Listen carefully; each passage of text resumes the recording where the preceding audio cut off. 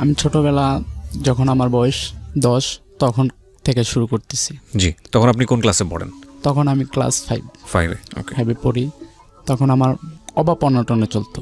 বাবা কি করতেন? বাবা রিক্সা চালাতো। আচ্ছা মা কোনো কাজ করতো না। আচ্ছা, ওর ব্যাকগ্রাউন্ডটা খেয়াল করবেন। আমরা 3 ভাই ছিলাম, আমি সবার বড়। আমার বাবা রিক্সা চালাতো, একা পক্ষে সম্ভব হতো না। আমার বাবা লোন নিত, লোন নিয়ে মানুষের কাছ থেকে টাকা এনে আমাদের খাওয়াইতো। এরকম করতে করতে অনেক টাকা ঋণী হয়ে যায়। জি। তখন আমার মা দেখে যা টাকা ইনকাম করে তা বাইরেই দিতে হয়। ওকে। আমাদের সংসার চলছে না। আমার মাকে অনেক মাসে অনেক আইডিয়া দিল, তারপর আমার মা পিঠা বিক্রি শুরু করলো। আচ্ছা। আমার বাবা ঘরে আসতে পারে না, রাত্রে মানুষরা আসে টাকার জন্য। মা পিঠা বিক্রি করে কষ্টে করে টাকা দেওয়া শুরু করলো। এর মধ্যে আব্বাকে একটা গাড়ি কিনা দেওয়া হলো আমার খালার থেকে টাকা নিয়ে। আমার খালারা ছোট থেকে আমার হেল্প করছে। গাড়ি মানে কি রিক্সা কিনে দেওয়া হলো? রিক্সা কিনা দেওয়া। মানে ভাড়ার এতে চালাতো রিক্সা। ওকে। জি, আমার খালারা আমার বাবাকে অনেক, তারা ছোট থেকে আমার বাবাকে হেল্প করছে। আমার বাবা রিক্সাটা নিল, নেওয়ার পর এই 6 মাসের মতো চালালো। চালার পর আরেকজন লোক একটা বুদ্ধি দিল যে একটা দোকান নেন। দোকান নেওয়ার পর আমার বাবা রিক্সাটা বিক্রি করে দিয়ে দোকান নিল, আরও লোন টাকা নিল, ঋণ নিল। নেওয়ার পর দোকানটা করলো। বাকি বোকা দিয়ে আমার বাবা একটু সরল টাইপের, যে মানুষ যা বলে তাই বিশ্বাস করে। আচ্ছা। এমন এক জায়গায় দোকান নিচ্ছে, সেই জায়গায় লোক বসতি কম, দোকানটা তেমন আর কি চললো না। 3-4 মাস মতো চলার পর অনেক টাকা ঋণ হয়ে গেল। আচ্ছা। প্রায় তখনকার সময় 20-25 হাজার টাকা ঋণ হয়ে গেল। অনেক টাকা। রিক্সা ওটাও বিক্রি তো আগেই করে ফেলছে। আবার অভাব অনটন। আমার মা পিঠা বিক্রি কইরা যেই টাকা জমাইছে আস্তে আস্তে মানুষকে দেওয়া শুরু করলো। অনেক মানুষ আইডিয়া দেখছে যে তোমরা পলায় যাও, এলাকা সাইরা যাও গা, নাহলে এত টাকা কিভাবে ঋণ দিবা। আমার মা বললো, না পলায় যাবো কেন, টাকা দিয়ে যাব। পলায় গেলে মানুষ খারাপ বলবে, দরকার নেই।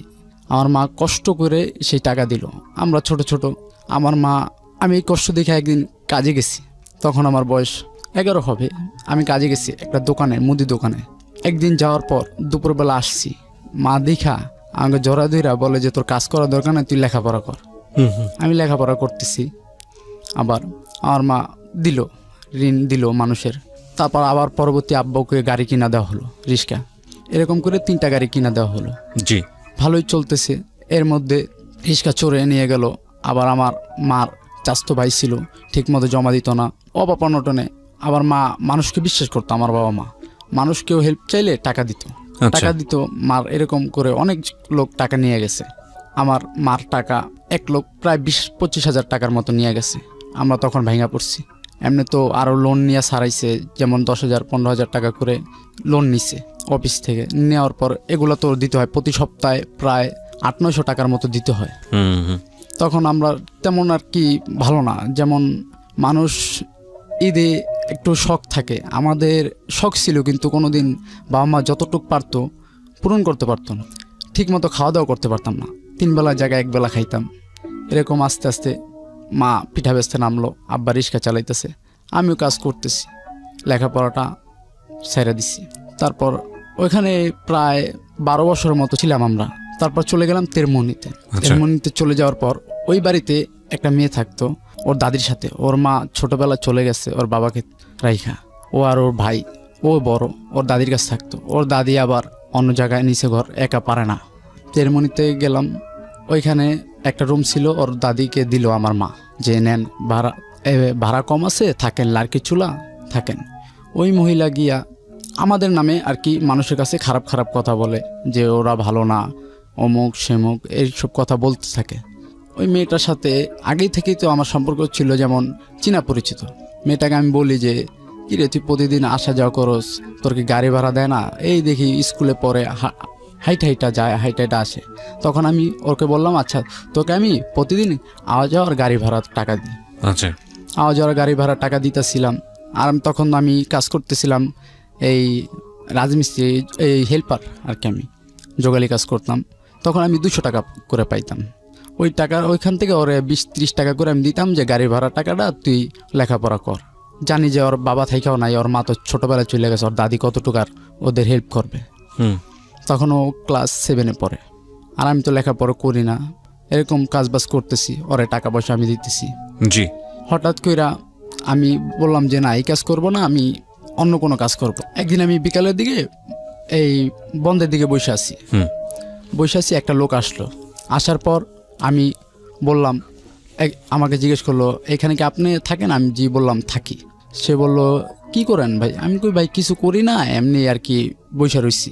তার সাথে একটু কথাবার্তা বললাম, মত বিনিময় করলাম। সে বলে নাকি সে চলচ্চিত্র শুটিংয়ে গান গায় আর কি, যেটা আমাকে বলছে। আমি তো তাকে চিনি না।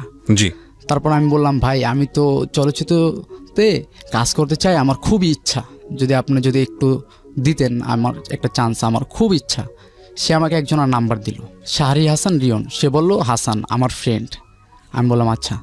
তার কাছে আমি প্রায় 3-4 দিন আমি ফোন দিলাম। ফোন দেওয়ার পর একদিন আমাকে বললো আসো দেখা করো। আমি দেখা করলাম।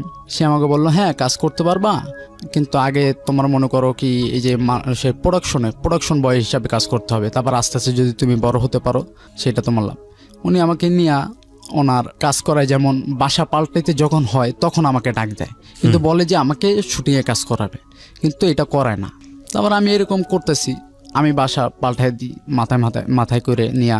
পয়সা দিত না, পয়সা দিত না, যেমন 100 টাকা দিত, বলতো যে আসা যাওয়ার গাড়ি ভাড়া এইটা। আমি তো ওনার কাছে পয়সার জন্য যেতাম, আমি চিন্তা করতাম একদিন দিবে, কিন্তু উনি এরকম কিছু না। একটা জিনিস দেখছি, এটা আর কি বলতে চাচ্ছি না, যে উনি রুমের ভিতরে অন্য খারাপ ধরনের কাজ করতো। এটা আপনার চোখে পড়েছে? জি। ওকে, চোখে পড়েছে। তারপর আমি চিন্তা করি এগুলো হয়তো বা হয়, আমার দরকার নেই, আমি এটা দেখার দরকার নেই, আমি যেরকম আছি সেরকম থাকাই ভালো। তারপর আমি এগুলো দেখতেছি।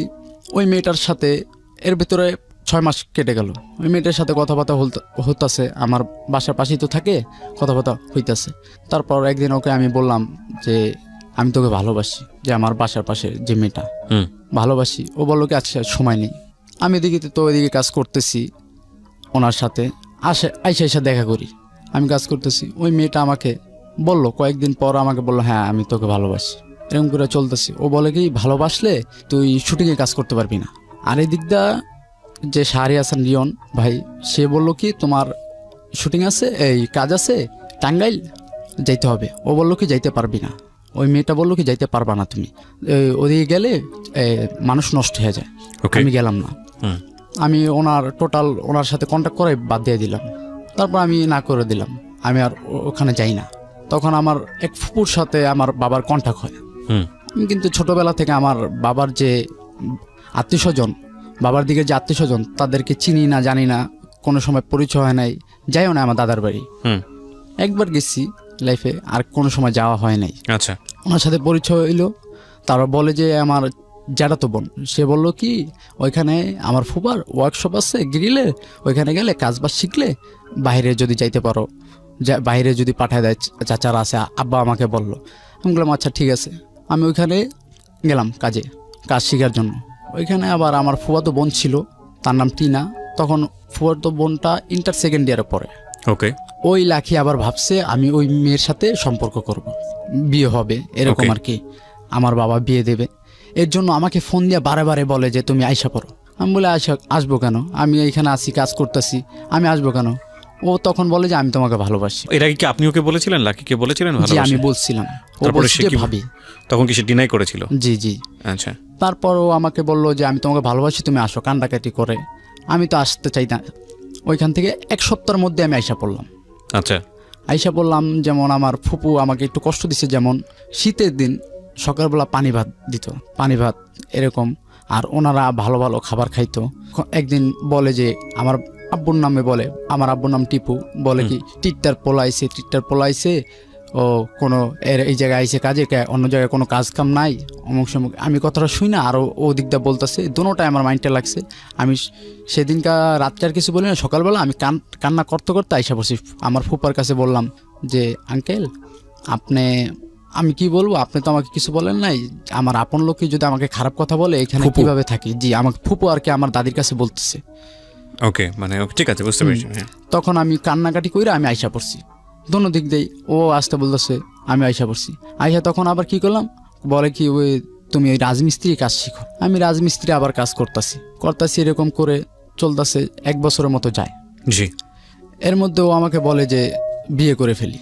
আমি কি বলো, আমার এখন আমি লাকির বয়স কত ছিল তখন? লাকি তখন এটা পরীক্ষা দিছে। ওকে, তার মানে 13 থেকে 14 বছর সর্বোচ্চ। হ্যাঁ, আমার থেকে 1 বছরের ছোট। তখন ও আমাকে বলল যে বিয়ে করে ফেলে। আমি কই না, বিয়ে করব না। ও দেখি আবার অন্য ছেলেদের সাথে কথাবার্তা বলে, আমার সাথে তেমন না, অন্য ছেলেদের সাথে কথা বলে, আবার আরেকজনকে বলে আমার ফ্রেন্ড, ওরও ফ্রেন্ড, একই বয়সে যেহেতু পরিচিত। ও আমাকে ওই ফ্রেন্ডের কাছে বলে আমার নামে যে আমার একজনের টাকা খাই একজনের কাছ থেকে। কার কাছ থেকে? সোহাগের কাছ থেকে। আমার ফ্রেন্ডটা দেখা আমাকে বলে, আর কি ফ্রেন্ডটার নাম মারুফ, ও আমাকে বলে কিরে তুই নাকি টাকা দেস লাখিরে। আমি কি বলস? কয় ও যে আমাদেরকে বললো যে তোর কাছ থেকে টাকা খায়। আমি কি কস? এটা কীভাবে বললো? ওরা তো আমি হেল্প করতাম, ও আসা যাওয়ার কষ্ট, হাইটা যা হাইটা আসে, এর জন্য ও আমাকে এই কথাটা বললো। দাঁড়া, এর মধ্যে টিউশনি করতেছে। জি, টিউশনি করতেছে। আমি তখন আবার বললাম যে এই যে টিউশনি করতেছে, এখন আমি ওর থেকে টাকা খাবো, আমি আর ওকে ওর সাথে সম্পর্ক করবো না, কিন্তু ওর কাছ থেকে আমি টাকা খাবো। আমি তখন কি করলাম, ওর কাছ থেকে আমি টাকা খাওয়া শুরু করলাম। এই প্রতি মাসে বেতন পাওয়ার পর যে আমার একটু সমস্যা হয়েছে, আমার কিছু টাকা দাও, আমাকে টাকা দিত, আমি খাইতাম, চলতাম ফিরতাম, অন্য ফ্রেন্ডদের নিয়ে খাওয়াইতাম, বলতাম যে দেখ এরকম এরকম একটা মেয়ের কাছ থেকে টাকা নিছি। ওকে। তখন আমি ফোনও চালাইতাম না, ও আমাকে একটা ফোন দেয় কথা বলার জন্য, ফোন দেয়, আমি তোর কাছ থেকে টাকা পয়সা নিয়ে খাইতেছি। আর আমি ফোন দিলে ও ফোন ধরে না, আর কি সাইলেন্ট রাখতো ওর ফোন, কেউ জানতো না যে বাসায় যে ও ফোন চালায়। এরকম ও বাথরুমে যেয়ে কথা বলতো, আমি বাইরে থাকতাম, এরকম কথাবার্তা বলতো। আমার ফ্রেন্ডরা দেখতো আমি ওর থেকে টাকা পয়সা নিয়ে চলতেছি ফিরতাছি। ও আমাকে ও মানুষের কাছে বলে যে ছেলেটা খারাপ, অন্য ছেলেদের সাথে কথাবার্তা বলে, এগুলো মানুষের কাছে বলতো হ্যাঁ, এই বিয়ের প্রস্তাব না করে দেওয়ার জন্য। টাইম পাস করে। ওকে, টাইম পাস করে। তখন আমি বললাম যে টাইম পাস করো, দাঁড়াও। তখন আমি ওর রুমে গেলাম, ওর দাদি কাজে গেছে হয়তোবা রাত্রে, হ্যাঁ সন্ধ্যার পর পর, কোথায় জানি গেছে, এটা সঠিক আমি জানি না। আমি রুমে যাই, আমি ওকে ধইরা বলতেছি যে আমার এটা লাগবে, তুমি যদি সত্যি ভালোবাসো আমার এটা দিতে হবে। ও বলে না, আমি তোকে সত্যি ভালোবাসি বন্ধুর মতো, বা তোকে ভালোবাসি, কিন্তু আমি এটা দেবো না, এরকম বলতেছে। আমার এক পর্যায়ে জোর করতে করতে করতে করতে মানুষের ধরে ভয় এটা হয়ে গেল ফিজিক্যালটা। ওকে, মানে এটা আপনার জোরাজোরিতেই হয়েছে? জি জি, আমার জোরাজোরিতে। জি, আমি তো চাইলাম যে ও আমাকে যদি এইটা কাজটা করি তাহলে হয়তো বাবা আমাকে চাইবে, মানুষের কাছে এই কথাটা বলবে না যে। কিন্তু ও তো আপনাকে চাইতোই এমনিতেই, ও তো বলতো যে বিয়ে করি বা এরকম। তো আপনি এটা তো আর কি আমাকে ভয় দেখাইতো যে বিয়ে করি আর কি, তাহলে যে আমি যদি চলে যাই। কিন্তু আমি তো ভাবতাম যে বিয়ে, তারপরে এর মধ্যে ওর সামনে আমি আবার একটা কাজ করছি, এর জন্য মানছে। যেমন ওর সামনে আমি একটা নেশা করছিলাম, নেশা করার পর ও, এটা কি ফার্স্ট টাইম ছিল নাকি আগে থেকে আপনি করতেন নেশা? এর আগে থেকে করতাম, কিন্তু যখন ওর সাথে আমার এখানে আইসা পড়ে তেরমনি, তখন আমি এটা ছেড়ে দিই। আচ্ছা, তখন ওর সামনে আমি ফার্স্ট টাইম এটা করি, ও দেখে। কি নিতেন আপনি? এই গাঁজা। ওকে। জি, আমি এটা খাওয়ার পরেও আমাকে বলে যে এই, আমি একটু মাথা ঘুরাইতেছে, তখন ও আমাকে তেঁতুল দেয়, ওর ব্যাগ থেকে বাইর করে তেঁতুল দেয়, তেঁতুল দিয়ে বলে এটা খা, এটা খাইলে মাথা ঘুরানটা কমে যাব। আমি বলি যে এটা খাবো না, তুই কেন আমার সাথে কথা বলো না তুমি? ও বললো যে আচ্ছা কথা বলবো। আমি কইটা তো রাগ করো না? কয় না, রাগ করে নাই। তারপর আমি ওইটা খাইলাম, ভালোই সুস্থ হইলাম।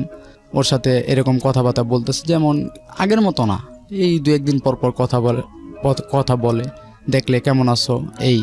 তখন আবার সম্পর্কটা আবার আগের মতো হয়ে গেল, যে আগের মতো কথাবার্তা বলে। ঠিক আছে, এরকম আমি চলতেছি। এর মধ্যে ও আমাকে বলে যে তুমি কোনো কাজবাজ করো। আমি হ্যাঁ কাজবাজ করব। কি কাজ করব?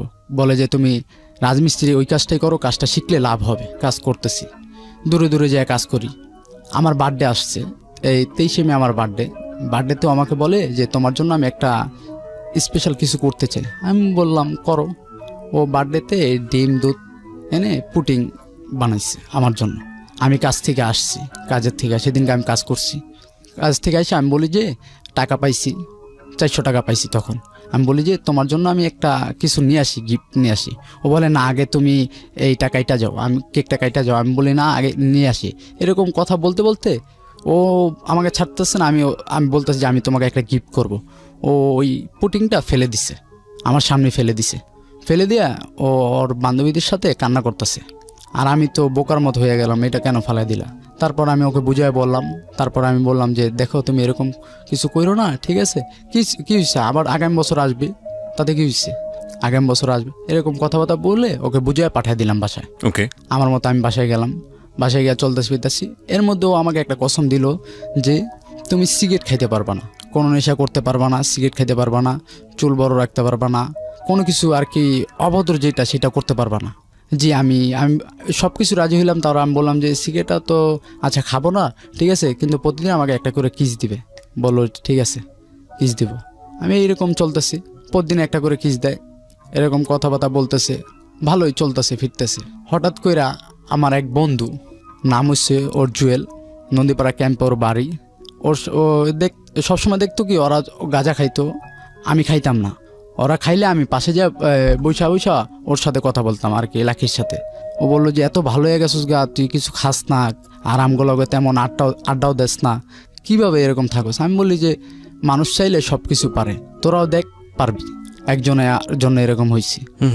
বললো যে কার জন্য? আমি বললাম আমার গার্লফ্রেন্ডের জন্য। গার্লফ্রেন্ডকে নাম লাখি, একটু পরিচয় করা দেস না, দেখি মেয়েটার জন্য যে তুই ভালো হইছিস। এটা কে বলছে আপনাকে? ওই ফ্রেন্ড জুয়েল। জুয়েল, আচ্ছা জি। তারপর আমি ওকে পরিচয় করে দিলাম মেরাদিয়া হাটের ওইখানে লাখির সাথে। লাখি বলল ওই ছেলেকে বড় ভাই, আর আমি বললাম তো ছোট বোন। ঠিক আছে, পরিচয় করে দিছি। এরকম পরিচয় করে দিছি 2016 সালের ডিসেম্বর মাসের 11-12 তারিখে হবে সম্ভবত, তারিখটা মনে নেই। সেদিন ছিল বৃহস্পতিবার দিনকার রাত। জি। ও আমাকে বলতেছে যে বিয়ে করব বিয়ে করব বিয়ে করব। আমি তো ওকে বলতেছি না যে বিয়ে করব না, কেননা বিয়েকে কিভাবে করি। এর ভিতরে টানা রোজার মাস ওর সাথে আমার ফিজিক্যাল হয়। একটা না রোজার মাসের আগে 2 মাস আগে আর কি, টানা 3 মাসের ভিতরে 15 দিনের মতো গ্যাপ ছিল, ফিজিক্যাল হইতে থাকে। এখন এক পর্যায়ে আমাকে চায়, কেননা তুমি এক পর্যায়ে আমাকে বলছো যে তুমি আমার কাছ থেকে টাকা খাও, ইউজ করো, তোমার পিছে পিছে আমি ঘুরি। এর জন্য আমি প্রতিশোধ নিচ্ছি। তোমার সাথে আমার কি, আমি তোমাকে ভালোবাসবো না, তোমার মতো তোমাকে ছেড়ে দেবো। আমার ইচ্ছা ছিল এটা, যে আমি ওর সাথে সম্পর্ক করব না। ও আমাকে বলছে না, আমি এই জন্য জিতের কাজটা করলাম। ও আমাকে এখন বলে বিয়ে করার কথা। আমি কিসের বিয়ে করব? বিয়ে করব না, আমার এখনও লাইফ সেটেল হয় নাই, কিছুই হয় নাই, তোমার মতো তুমি পরীক্ষা দাও। ও বলে যে না বিয়ে করতেই হবে, না বিয়ে করব না। আমার ফ্রেন্ড আবার কি করছে, আমার ফোনটা নিয়ে ওর কাছে নিছে। বন্ধুরা নিছে? জি। আমার নাম কি ছিল ফ্রেন্ডের? জুয়েল। আমার ফোনটা গান শুনতে নিছে। আমি ফ্রেন্ড তো বিশেষ করে দিছি যে নে। ওই ফ্রেন্ডটা আমার মোবাইল থেকে ডাইভার্ট করছে, কীভাবে জানি করছে, জানো আমাকে কেউ যদি ফোন দেয় ওর নাম্বারে চলে যাবে। আর ওই মেয়েটার নাম্বারও ও নিচ্ছে, লাখির নাম্বার। ওকে ওকে। নিয়ে বৃহস্পতির দিনকে এরকম তুমুল ঝগড়া চলতেছে যে বিয়ে করতে হবে। আমি বলি না, ঠিক আছে, এরকম চলতেছে। শুক্রবার দিনকে আর আমার সাথে কথাবার্তা হয় নাই। শুক্রবার দিনকে আমি বিকালের দিকে একটু ফোন দিছিলাম, উল্টাপাল্টা বলে যে আরেকজন পেয়ে গেছি। লাখি বলতেছে আরেকজন পেয়ে গেছি, তোকে বিয়ে করব না বা তোর সাথে কথাবার্তা বলবো না। আমি কি হয়েছে, এরকম করতেছো কেন? বলে আরেকজন পেয়ে গেছি, তোর সাথে কোনো কথা নাই। উল্টাপাল্টা আমাকে তুই তো আমার করে রাব বিপ করতেছে। আমি বললাম ভালোই, তুমি যে এই কাজটা করতেছো এটা কিন্তু ঠিক না, তুমি কাকে পাইছো? শনিবার দিনকে আমি কাজের থেকে আসছি সন্ধ্যার দিকে। এর মধ্যে আরেকটা ফ্রেন্ড নাম হইছে অপু, কয় জুয়েলে তো তোর প্রেমিকার লগে এই জায়গায় এই যে বন্ধের ভিতরে কথা কইতেছে। আমি কি কস?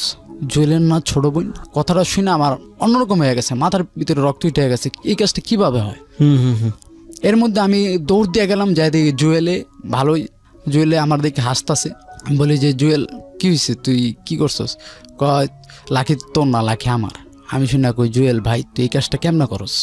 ও না তোর ছোট বোন আর আমি না তোর বন্ধুর কাছ থেকে এরকম নেওয়া কি ভালো? ঠিক আছে, আমি তো ওর পায়ে পড়ি ভাই, আমি বিশ্বাস হইতেছে না ওর উপরে আমার এতটা বিশ্বাস যে লাখির উপরে যে আমাকে ছেড়ে অন্য ছেলের কাছে যাইব না। আমি ওর পায়ে ধরে বলি যে ভাই তুই একটু লাখির আনা, ওর সাথে আমার কথা হইতেছে না একদিন ধরে, একটু আনা। ওর পাও ধরছি আমি। তারপরও লাখি আমার ফোন ধরতেছে না, ব্ল্যাক লিস্টের নাম্বার। ও ফোন দিছে, লাখি বাসায় ঢুকবে তার আগেই ফোনটা বাজছে, বলে যে তুমি একটু আসো তো, সোহাগ এসে কান্নাকাটি করতেছে। লাখি সেই মুহূর্তে আবার আসলো, এই 10-15 মিনিটের মধ্যে আসলো। আয়শা বলল, আমি কি লাখি তুমি এই কাজটা কি করতে পারলাম, যে তোমার সত্যি ভালোবাসি, এখন আমি তোমাকে এই কথা বলছি যে তুমি বিয়ে করো না, বিয়ে করবা না, এর জন্য তুমি একটু লেখাপড়া করো, আমি কাজবাজ শিখি, জীবনে যেন লাইফে কিছু করতে পারি। তারপর আমি ওকে বলতেছি, ও আমাকে বলে না তোকে আমি ভালোবাসি না, আমি ভালোবাসি জুয়েলকে। তারপর আবার আমি হাত ধরে বলি কি তুমি চলো বাসায় চলো, বাসা তো পাশাপাশি ঘর, বাসায় চলো। জুয়েলারা বলে নাকি ওরা নাকি আমি খারাপ কাজ করতেছি। আমাকে মনে করেন 8-10 জনে মিলে মারে, ইচ্ছা মতো মারে। লাখির সামনে লাখি আমাকে হাসে। আমি লাখি তুমি একবার বলো যে ভালোবাসি, তুমি এরকম কইরো না, ওদের সামনে একবার বলো, তাহলে ওরা আমাকে ছেড়ে দিবে। বলে না তোকে আমি ভালোবাসি না। হঠাৎ এরকম হইলো আমি বুঝতে পারি না, আমাকে মারে ইচ্ছা মতো। মায়েরা মনে করেন এই যে নাকের এখনো আমার হাঁটিটা বেঁকা, ইচ্ছা মতো মারে আমাকে। এর ভিতরে আমি আগে আইসা আমার 700 ছিঁড়া, আগে আইসা দাঁড়াইছি, তারপর আমি ওই রিক্সা থেকে ওরে নামাইলাম, চলো লাখি। আর এই অবস্থায়, ওই অবস্থায় আবার সবার সামনে বলে যে আমার কাছে লাখি চিকরিয়া বলে যে আমার সাথে খারাপ কাজ করতেছে। ওইখানে আবার সবাই মারলো আমাকে। ওইখানে আবার চেয়ারম্যান আসলো, আইসা বিচার করলো। তারপর আমি বললাম, চেয়ারম্যান জিজ্ঞেস করে ওকে চিনো? আমাকে বলতেছে তুমি ওকে চিনো? আমি ওকে জিজ্ঞেস করো আমি চিনি, ও আমাকে চিনে কিনা। আমার ঠাস করে একটা চটকনা দিল। ততক্ষণে আমার বাবা আসছে, আইসা তারপর বলতেছে ও খারাপ, অমুক সঙ্গে আমার নামে বাজে কমেন্ট করতেছে। তারপর চেয়ারম্যান বুঝতে পারছে যে আমি একা, ওইখানে ছেলেরাও আমার দোষ দিতেছে, আমি একা। আমি বলি যে ওরকে তো আমি ছোট থেকে চিনি, আর ও আমার পাশের বাসায় থাকে এখনও, আগেও ছিল এখনও আছে। ও আমাকে ওই বিচারের মধ্যে বলে যে লাকি আমাকে চিনিই না, বলে ওকে আমি ওকে চিনি না। ওইখানে তারপর বিচার টিচার করে আমাকে বললো যে আচ্ছা ওই মেয়ের সাথে তুমি আর কথা বলবা না। আমাকে 2-4টা চটকনা দিল। ওই চেয়ারম্যান 500 টাকা বাইর করে আমার বাবার পকেটে দিল, বললো যে ওরা ডাক্তার দেখেন। বুঝতে পারছি ব্যাপারটা, কেননা ব্যাপারটা বুঝতে পারলেও কিছু করা যাবে না। সবাই তো সাক্ষী দিতেছে ওর বিপক্ষে, ওর পক্ষে তো কেউ নাই। মেয়েটাও যদি ওর পক্ষে থাকতো যে চিনি, তাহলে একটা কথা ছিল। এখানে সবাই ওর বিপক্ষে, এখানে কোনো বিচারিত আপনার ছেলের উল্টা দিকে। পারতাম যে পুলিশ উঠে দিতে, কিন্তু আপনার গরিব মানুষ উঠে দিয়ে কি হবে। আমি কি করলাম, মেয়েটাকে ওর মতো আমার মতো আমি। তারপরের দিনই আমার খালু আসলো, আয়সা বলে যে এখানে থাকার দরকার নাই, মানিজ্জত যেহেতু গেছে চল আমার বাসায় আয়সা থাকবি। এই যে মাদারটেক উত্তরপাড়া আর কি, যেখানে আমি ছোট থেকে বড় হয়েছি, ওইখানে আমি 1 মাসের মতো ছিলাম। কাজবাজ করতেছি, আবার রাজমিস্ত্রি কাজবাজ করতেছি। খালুর সাথে আমি বাস টানি, কাঠ টানি, ভ্যান গাড়িতে কাজ করতেছি। এর মধ্যে ও 1 মাস পর আইসা ওর ফ্রেন্ড এলাকা আছে, নাম হয়েছে খালেদা, ওর কাছে আইসা কান্নাকাটি করতেছে। খালেদা আবার আমার দেখে বলে কিরে লাকির সাথে কি হয়েছে তোর? আমি কি হয়েছে, অনেক ঘটনা এরকম মারামারি করছে আমাকে এলাকার থেকে, আমি আয়া পড়ছি শরমে লজ্জায়। ও আমাকে বলল যে আচ্ছা লাকি তো কান্নাকাটি করতেছে। আমি কি কস, লাকি কান্নাকাটি করতেছে? লাকি এখন তো আমার উপরে একটাই জিত যে ও আমাকে মাইর খাওয়াইছে, ও আমাকে চিনে না, আমি ওরা মাইর খাওয়াবো। লাগলে ও যদি ওরে একটু পঠায় নিয়ে তারপর ওই চেয়ারম্যানের কাছে বিচার করাবো যে ও আমাকে চিনে না, এখন আমার কাছে আসছে কেন। আমার নিয়ত এইটা ভালোই। ও আসছে, দেখা করলাম, কথাবার্তা বললাম। তখন আমার সামনে দেখি জুয়েলের সাথে কথা বলে। আমি কই ভালোই, দিনকাল তো ভালোই চলতেছে তোমার, জুয়েলের সাথে কি বিয়ে ঠিক হয়ে গেছে? হ্যাঁ বিয়ে করবো। আমি কই ভালোই, বিয়ে করলে ভালো। আমাদের যদি একটাই, এর ভিতরে আমার এই উত্তরপাড়া আমার বড় ভাই ছিল, বড় ভাইরা ছিল, আপু ছিল বড় ভাইয়ের ফ্রেন্ড। তার আমি বললাম যে এরকম আমার মাইর খাওয়াইছে, দেখেন। আপু উঠাই ওর একটা চটকনা দিল। কেননা চটকনাটা দেওয়ার পরে না আমার অনেক কষ্ট লাগলো যে ওর আমার জন্য একটা চটকনা খাইলো। আমি তারপর আপুর যে বললাম, আপু পাও ধরে বললাম যে আপু ওকে মারে না, লাগলে আমাকে মারেন। আপু আমাকে তখন বলল যে ছেলেটা সত্যি তো তোর এই মেয়েটাকে অনেক ভালোবাসে, এত মার খাওয়ার পরও একটা চটকনা দিলে ও আমার পাও ধরতেছে। মেয়েটা কিছুই বলতেছে না, ও আমার পাও ধরতেছে, মেয়েটাকে একটা চটকনা দেওয়া মাত্র, ঠিক আছে। তারপর আমাকে সবাই ছাইরা দিল, ওকে আমি ছাইরা দিলাম। পরের দিন ও আবার দেখা করলো আমার সাথে। দেখা করার পর 8টা পর্যন্ত কথাবার্তা বললাম। এখন বলে যে আমি যদি বাসায় যাই আমার দাদি আমাকে মারবে। কেন মারবে? এই যে আমি রাত করে ফেলছি, মারবে। এটাও বলছে, ও বলতেছে।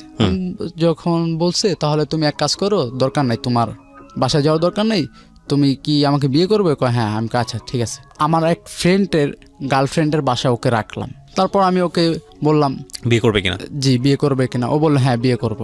আমার ফ্রেন্ডের গার্লফ্রেন্ডের বাসায় ওকে রাখলাম। আমার বাসা। তখন আপনি কি করেন, পেশায় কি করেন? ওই যে রাজমিস্ত্রির কাজ। তখন রাজমিস্ত্রির কাজ করেন? রাজমিস্ত্রির কাজ করি। তারপর ওইখানে রাখলাম 3 দিন রাখলাম। যেদিনকে আর কি যাবো, ওর আর কি ফ্রেন্ড, মেয়ে ফ্রেন্ড থাকে নারায়ণগঞ্জ, ওইখানে যাব। ওইখানে যেয়ে বিয়ে শাদী করে থাকবো ভালো। যেদিনকে যাব সেদিন এক ফর্ম আসছে আর কি, পুলিশের যে সোর্স থাকে। ও আয়সা বলে আর কি, দুজনে কথাবার্তা বলতেছি মাঠের ভিতরে।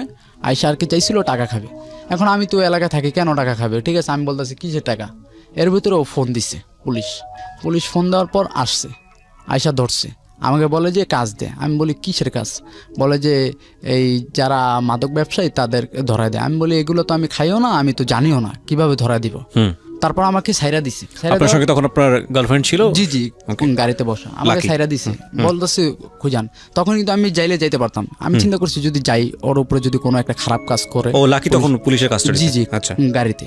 তখন আমি যাওয়া আর হয় নাই, আমি আবার রিটার্ন ব্যাক আসছে। আমি বলি যে স্যার পাই না, আমার অনেক মারছে, ওর সামনে গাড়ির ভিতরে ঢুকে অনেক মারতাছে। ঠিক আছে আমি কোনো অসুবিধা নাই, তুমি যেহেতু আসো মায়ের খাইলেও।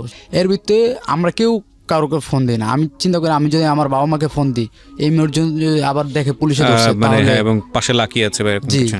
তাহলে আমার অনেক অবস্থা খারাপ হইব। ও তারপর ফট করে ওর মার নাম্বারে ফোন দিল, আর কি সৎমা যেটা, ওই নাম্বারে ফোন দিল। ফোন দেওয়ার পর ওর সৎমা আসলো, ঠিক আছে, সৎমা ওর বাবা নিয়ে আসলো, থানায় নিয়ে গেল। এর ভিতরে আমার নামে জিটি করে রাখছে ওর ফ্যামিলি থেকে। ও যে 3 দিন ছিল বাইরে, আমার নামে জিটি করে 3 দিন পরের ঘটনা এটা। জি জি জি। ওকে। ওর বাবা আসছে, দাদি আসছে, ফুপু আসছে, মা আসছে, আইসা আমার নামে কেস করছে কি নারী নির্যাতন, নারী শিশু অপহরণ, এটা জিডি ছিল। জি, আর কি 4টা ধারায় মামলা, ঠিক আছে, এরকম মামলা। এর ভিতরে আমি বলি লাখি, একবার কিন্তু তুমি আমাকে মার খাওয়াইছো, তখন বলছো চিনো না, আর এটা কিন্তু পুলিশ, ঠিক আছে, সরকারি লোক, এখানে যদি বলো চিনি না তাহলে সারা জীবন লাইফটা আমার এখানে কাটে। তো থানায় আমাকে কোর্টে উঠাইলো, উঠানোর পর 7 দিন রিমান্ড চাইলো, কিন্তু 3 দিন এই জজ দেখে বলে যে ও তো নির্দোষ, ওর কিসের রিমান্ড, 3 দিন রিমান্ড দিল। 3 দিন রিমান্ড দিছে। এর ভিতরে আমার খালু গেছিল, আমার বাবা গেছিল, যাওয়ার পর আমি বলছি এরকম এরকম ঘটনা, ঠিক আছে, এখন কি করবা। আমার ওই দারোগা আবার আমার বাবা মাকে ফোন দিয়ে বলছে রিমান্ড। আমার বাবা মা আবার অনেক কষ্টে টাকা পয়সা দিয়া রিমান্ডটা কাটাইলো। আমার রিমান্ডের দিকে দাগও দেয় নাই, কিন্তু রিমান্ডের আগে যখন আমাকে আনছে, চেহারের ভিতরে ঢুকে আমার ইচ্ছা মতো মারছে, অনেক মারছে আমাকে, মারছে। এমনি তো আমি অবস্থা খারাপ, 24-25 দিন এরকম ছিলাম। ও ছিল তখন, আর ও আমার সাথে এরকম কিছু করে নাই যে চিনি না জানি না। ও পলায় পলায় আসতো, ওর বাবা মা আসতে দিত না, কোচিংয়ের কথা কয়ে আসতো, আইসা ওই জজের কাছে, উকিলের কাছে যে বন্দিত যে না কেস করি নাই, ও আমাকে বিয়ে করবে, এরকম একটা ব্যাপার স্যাপার। তখন আমি বের হইলাম, প্রায় 60-70 হাজার টাকার মতো খরচ গেল মেয়ে পক্ষে থাকার পরও। আর যদি ও যদি পক্ষে না থাকতো, প্রায় 31 বছর মতো সাজা হইতো, যেটা আর কি বলছে। ওকে। তারপর আমি বের হইলাম, বের হওয়ার দিনকেই আমাকে নিয়ে দুধ দেওয়া, হলুদ দেওয়া, গোসল করাইলো। আর সবাই বলতেছে যে আমাদের ফ্যামিলিতে কেউ জেলে যায় নাই, তুই গেলি, তাও এই মেয়ের জন্য, এই মেয়েটার লেগা তুই মায়েরও খাইলি, আর কি নানান ধরনের কথা বাতা সবাই বলতেছে। গোসল করাইলো, গোসল করার পর হাতের নখ এরকম বড় বড় হয়ে গেছে, বড় হয়ে গেছে। তারপর আমি লাখি সবার সামনে, আমি বলি এই নখটি বড় রাখবো, ঠিক আছে, লাখি তারপর একটা নীল কাটার বাইর করে সবার সামনে নখ কেটে দিল। আমার তখন অনেক লজ্জা করতেছে যে ওই বাবা আমার সামনে আমার নখ কেটে দিতেছে। আমার বাবা মা শরমে ঘর থেকে গেছে। 2 দিন পরে আমার আবার তেরমুনি গেলাম, আমার বাবা নিয়ে গেছে, বাবা মা আমাকে নিয়ে গেছে। তখন আমি চুল একবার নাইরা হয়ে গেছি। যাওয়ার পর সবাই বলতেছে জেল খাইটাইছে, জেল খাইটাইছে। আমি তখন আর তেরমুনি থাকি না। এর আগে তো একবার মানিজুত গেল, ওর জন্য মার খেয়েছি, আবার বলে সবাই জেল খাচ্ছি। আমি 15টা টাকা নিলাম ঘর থেকে, 15 টাকা। আমি বলি বাবা দাও তো 15টা টাকা, আমি একটু উত্তরপাড়া থেকে ঘুরে আসি, এই জায়গায় ভালো লাগে না। আব্বা বুঝছে যে মন মানসিকতা খারাপ, 15 টাকা দিল। 15 টাকা দেওয়ার পর আমি একটা সিগারেট নিলাম, গলির সিগারেট ছিল 60 টাকা, আর একটা সেন্টার ফুড নিলাম। আচ্ছা। এটা খাইতে খাইতে গেলাম। যাওয়ার পর আমি এই উত্তরপাড়া কাবাসা মাঠের ভিতরে পোলাপানরা গুলি খেলতেছে, সিগারেটটা খাওয়া শেষ, ফালায় পাও দেওয়া নিবার পর সেন্টার ফুডটা চাবাইতেছি।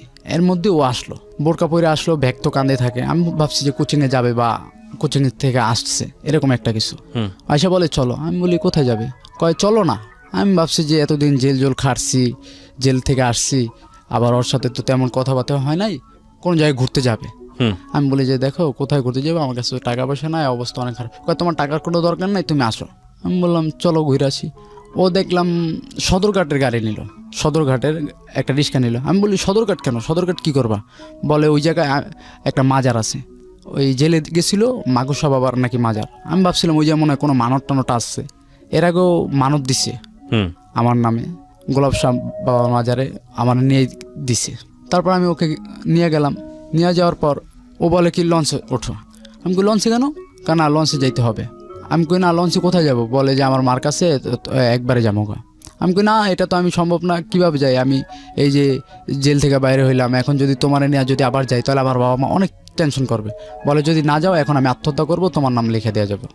আমি এই যে একটা ব্ল্যাকমেল করলো, এই ব্ল্যাকমেলের জন্য আমি ওর সাথে চলে গেলাম বরগুনা।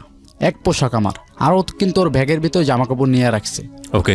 আমি গেলাম, যাওয়ার পর ওর মার কাছে, ওর মা তো দেখে, ওর মা তো ছোটবেলা ফালাই থুয়ে গেছে, ওর মা আরেক লোকের সাথে ওর বাবাকে ফালাই থুয়া ওই লোকের সাথে গেছে, বিয়ে করছে ওর মা। আচ্ছা। ওর মার ব্যাকগ্রাউন্ড খারাপ, ওর বাবার ব্যাকগ্রাউন্ড খারাপ। তারপর আমি বললাম চলো। ওর মার কাছে যাওয়ার পর ওর মা তো দুই গেলে ওকে চুমা দিয়ে বলতেছে যে কে এইটা কে? বলে তোমার জামাই। তখনও কিন্তু আমাদের বিয়ে হয় নাই। বলে যে তোমার জামাই। আর আমি বলি এই আমাদের তো বিয়ে হয় না, আর কানে কানে বলতেছি। বলে তুমি যদি বলো যে তোমার বিয়ে হয় না তাহলে তোমাকে পাঠিয়ে দিব, আমার রেখে দিব, তুমি কি এটা চাও, আর তোমারে মারবো আর কি, আমার এই ভয়টা দেখায় মায়ের। তার আমি বললাম আচ্ছা ঠিক আছে। আর ওইখানে আমার খালুর বাড়ি ওইখানে, কিন্তু আমি ওইখানে চিন্তা করি এটা নিয়ে যদি আবার যাই তাহলে এইবারকার ঘর থেকে আমার বাইর করে দিব, পরিচয় দিব না কেউ। তারপর ওরকম ভাবে সবাই জানে বিয়ে হয়েছে, কিন্তু বিয়ে হয় নাই। ভালোই থাকতাছি। ওর মাকে ঘটনা খুলে বললাম যে আপনার মেয়ের জন্য এরকম এরকম আমার অনেক লস হয়েছে, আমার বাবা মা আমার অনেক কষ্ট পাইছে, সব কথা বললাম খুইলা। ওর মা বললো আচ্ছা বাবা কি করবো। আমি বললাম যে ঢাকা শহর তো আমি যাইতে পারবো না, ঢাকা শহরতে আপনার মেয়ের জন্য আমার একটা কেসে একটা হাজিরাও দিতে পারি নাই। এই জামিনে বের হওয়ার পর একটা হাজিরাও দিতে পারি না। ও আমাকে নিয়ে আসছে 10 দিন পর। আচ্ছা, ফেব্রুয়ারি 11 তারিখে না 12 তারিখে বের হয়েছি, 20 তারিখে আইসা পড়ছি ওরে নিয়ে। আচ্ছা, ও আমাকে সব শিখে দিচ্ছে, ওর মতো বুদ্ধি আমার নাই। ও বলে যে বলবা কি বয়স কম দেখা এই কাবিন হয় নাই, এমনি কি এই হুজুরে যে বিয়ে করে সেইটা। আমি বললাম আচ্ছা এইটাই ঠিক আছে। সবার কাছে এই কথাই বলতেছে। পরে এরকম চলতেছে, বলে যে নাকফুল কথা, বলে যে টাকা পয়সা তো এখন নাই, আর ও তো ডাইরেক্ট নিয়ে আসছে বিয়ে কইরা, কিভাবে নাকফুল কিনা দিবে। একটা এই 15-20 টাকা দামের একটা নাকফুল ওর নাকে দিতেছে। এরকম করে চলতেছে। বলে যে তুমি এই বরগুনা তুমি বাসে তোমাকে হেল্পারি করার জন্য একটা চাকরি নিয়ে দিব। ওর ভাই আর কি বললো, খালতো ভাই, তার নাম সিদাম। আমি আবার এর মধ্যে আবার আমার এদিকে নানা বাড়ি হইছে তালতলি। ওইখানে নানার অসুবিধা হয়েছে, নানা মারা গেছে, এখন জায়গা সম্পত্তি নিয়ে গন্ডগোল চলতেছে। মা আর আব্বা গিয়া ওইখানে বাড়ি তুলছে অনেক আর কি গ্যাঞ্জামের ভিতরে। তখন আমি যাইতে পারি নাই। আমি এর মধ্যে গেলাম মান্ডা, আমার এক খালার বাসায়, ঢাকা আসলাম। খালার বাসায় গিয়ে ওই কাজই করলাম, আবার রাজমিস্ত্রির কাজ করলাম। ওকে। 1 সপ্তাহ থাকার পর আমার খালতো বড় বোন, তারও বিয়ে হয় না তখন। ও আমাকে টাকা দিল, 500 টাকা দিল। আর আমি কিছু টাকা জমায়া আবার রিটার্ন ব্যাক বরিশাল গেলাম, বরগুনা। যাওয়ার পর সবাইকে, আমার বাবা মাকে বললাম। বাবা মা বললো আচ্ছা ঠিক আছে, তুই এদিকে আসিস না, তুই পুলিশে ধরবো, অরেন বাইরে যাবো গা, তুই আইস না। আমি তখন মান্ডা গিয়া থাকলাম। মান্ডা থানা তো আলাদা। জি। আমার কেসটা তো হয়েছে খিলগাঁও থানায়। আমি তখন গেলাম মান্ডা গিয়ে আবার 2-1 দিন কাজ করার পর একদিন হয় না কাজ। আমার খালতো ভাই নাম সালাম, উনি আবার পিক আপ চালায়, ডিস্ট্রিক্ট পিক আপ, জ্যাক গাড়ি। ওনার সাথে হেল্পারিতে ঢুকাই দিল আমার খালা আর খালু, বলে এই কাজ কর। আচ্ছা। এরকম গাড়িতে থাকি 3 দিন 4 দিন পর আসি। অনেক শুকায় গেছি, চেহারা কালো হয়ে গেছে। গাড়িতে তো ঠিক মতো খাওয়া দাওয়া গোসল কোনোটাই নেই। তারপরও নিজের কষ্টটা কষ্ট মনে করি না, যেহেতু আমার পাশে আছে, কষ্টটা কষ্ট মনে করি না। ও বলে কি আমি গার্মেন্টসে ঢুকি। আমি কই লাখি গার্মেন্টস জিনিসটা অনেক খারাপ, গার্মেন্টসে যারা যায় তারা নষ্ট হয়ে যায়, তুমি গার্মেন্টস করো না, যতটুক পারি ততটুক চলে, তোমার গার্মেন্টসে যাওয়া দরকার নেই। এর মধ্যে আবার গার্মেন্টসে গেছে। ওকে। গার্মেন্টসে যায়, আর আমি তো 3 দিন 4 দিন পর আসি। ও গার্মেন্টসে গেছে। পয়লা বৈশাখে ওকে আমি একটা 1 পিস কিনে দিছিলাম কাপড়, ওইটা বানাইছে। বানানোর পর অনেক সুন্দর হয়েছে। একদিন শুয়ে রইছি বিকালের দিকে, আমার খালা আর খালু ওর নামে বাজে বাজে কথা বলতেছে যে মেয়ে খারাপ, ভালো না, 2 দিন পর ছইলা যাবে, অমুক সেমুক। ওর বাবা মা না, আমার বাবা মা, আমার খালা খালু। আপনার খালা খালুর কাছে কি আপনি চলে আসলেন? জি, ওকে নিয়ে আর কি মান্ডাত ছিলাম। মানে ও যখন গার্মেন্টসে কাজ করছিল ও তো নিয়ে গেল আপনাকে বরিশালে, ওইখান থেকে আপনি চলে আসলেন ওকে নিয়ে? জি, আমার খালা খালুর কাছে মান্ডা। আচ্ছা। তখন একদিন বিকালের দিকে শুয়ে আছি, কিন্তু তন্দার লাগছে। তখন বিয়ে ছাড়াই আপনারা একসঙ্গে থাকছেন? বরিশালে বিয়ে হয় নাই তখন। আইসা বললাম ঢাকা আসার পর হনুপা খালার সাথে দেখা করলাম। ওনারা বললাম যে খালা এরকম সব উনি জানে। তারপর বললো বিয়ে ছাড়া তো থাকা ভালো না, তাহলে তোমাদের বিয়ে করে দিয়ে। আমি বললাম তো আমার কাগজপাতি আছে, কিন্তু ওর তো কাগজপাতি নাই। যেমন আমার জন্ম নিবন্ধন আছে, কিন্তু ভোটার আইডি কার্ড করছি, কিন্তু এখনো পাইনি। ঠিক আছে, এটা দেবে প্রাপ্ত বয়স হইলে নির্বাচনের আগে। উনি বললো আচ্ছা ঠিক আছে, তাহলে এক কাজ করি, একটা হুজুরে না বিয়ে করে দিই, যেটা আল্লাহর বিধানে আছে, উনি বলল। তারপর উনি এই কাজটা করলো। এখন তো কাবিন তো হয় নাই। গেলাম ওইখানে, আর কেউ আর আমি আইসা, এটা কেউ জানে না, ওই খালা জানে। আর এটা কখনো বলিও না, যদি বলি তাহলে ওই হনুভা খালা আর কি ডাকি খালা পাড়াপড়শি হিসাবে, ওনার উপর অনেক জ্বর যাবে, এর জন্য ওনার কথা কখনো বলি নাই। ওকে। তো বিয়ে করলেন আপনারা বাবা আমার পরামর্শ ছাড়াই, নিজেদের মতো করে বিয়ে করা? জি। তারপর ওই খালার কাছে ছিলাম একদিন বিকালের দিকে, আর কি চোখ বোঝা কিন্তু কান সজাগ। বলতাছে আমার খালার খালু যে মেয়ে ভালো না, মেয়ে 2 দিন পর সাইরে যাবে, আর কি বাজে বাজে কথা বলতাছে। আমি এটা শুই না, হুম আমি উঠলাম, উঠার পরে ও সন্ধ্যার দিকে আসছে, আসার পর আমি কই চলো এই জায়গায় থাকবো না, খালা খালুর সামনেই চলো। আইসা বললাম কি ছোটো খালার কাছে, ছোটো খালা তখন থাকে এই যে যার কাছে আমি ছিলাম, ওই যে বললাম 1 মাস আমাকে যে নিয়ে আসলো মাদারটেক উত্তরপাড়া, ওনার বাসায় আসলাম। হুম আইসা বললাম যে ওই জায়গায় থাকবো না, আর এই যে কী হয়েছে, ও তো আমার সাথেই আছে, পুলিশ ধরলে তো আসি। এখানে আবার ওনার সাথে আবার কাজ শুরু করলাম, ওই ভ্যানগাড়ির থেকে, ভ্যানগাড়ি দিয়ে কাঠ বা সেগুলো টানাটানি বিল্ডিং থেকে নামাই। 3-4 দিন থাকার পরেই ওনার রুমে, এর ভিতরে একটা রুম খালি হয়ে গেছে, বলে যে তোরা আলাদা থাক। আলাদা হয়ে গেলাম। আর তেমন থেকে আমার বাবা মা দেখলো, সব কিছু মাইনা নিল, যে ছেলে বড় ছেলে যে কোনো একটা ভুল করছি মাইনা নিছে, ভালোই চলতাছি ফিরতাছি। এর ভিতরেও গার্মেন্টস করে, আমি কই তুমি গার্মেন্টস কইরো না, ও গার্মেন্টস করে। গার্মেন্টস করলে সমস্যাটা কথা, আপনার তো পরিবারে পয়সা আসতেছে। আসতেছে কেননা ও গার্মেন্টস করলে, অনেক জায়গায় শুনি যে গার্মেন্টস করলে গার্মেন্টস মেয়েরা অন্য ছেলেদের সাথে চলে যায়। এই আশঙ্কা থেকে আপনি গার্মেন্টস করতে না করতেন। জি জি জি, এটাই আর কি ভয় পাইতাম আমি সবসময়। ও গার্মেন্টস করতেছে কন্টিনিউ, ভালোই, যাও তুমি যদি করতেছো করো, করতেছে ভালোই।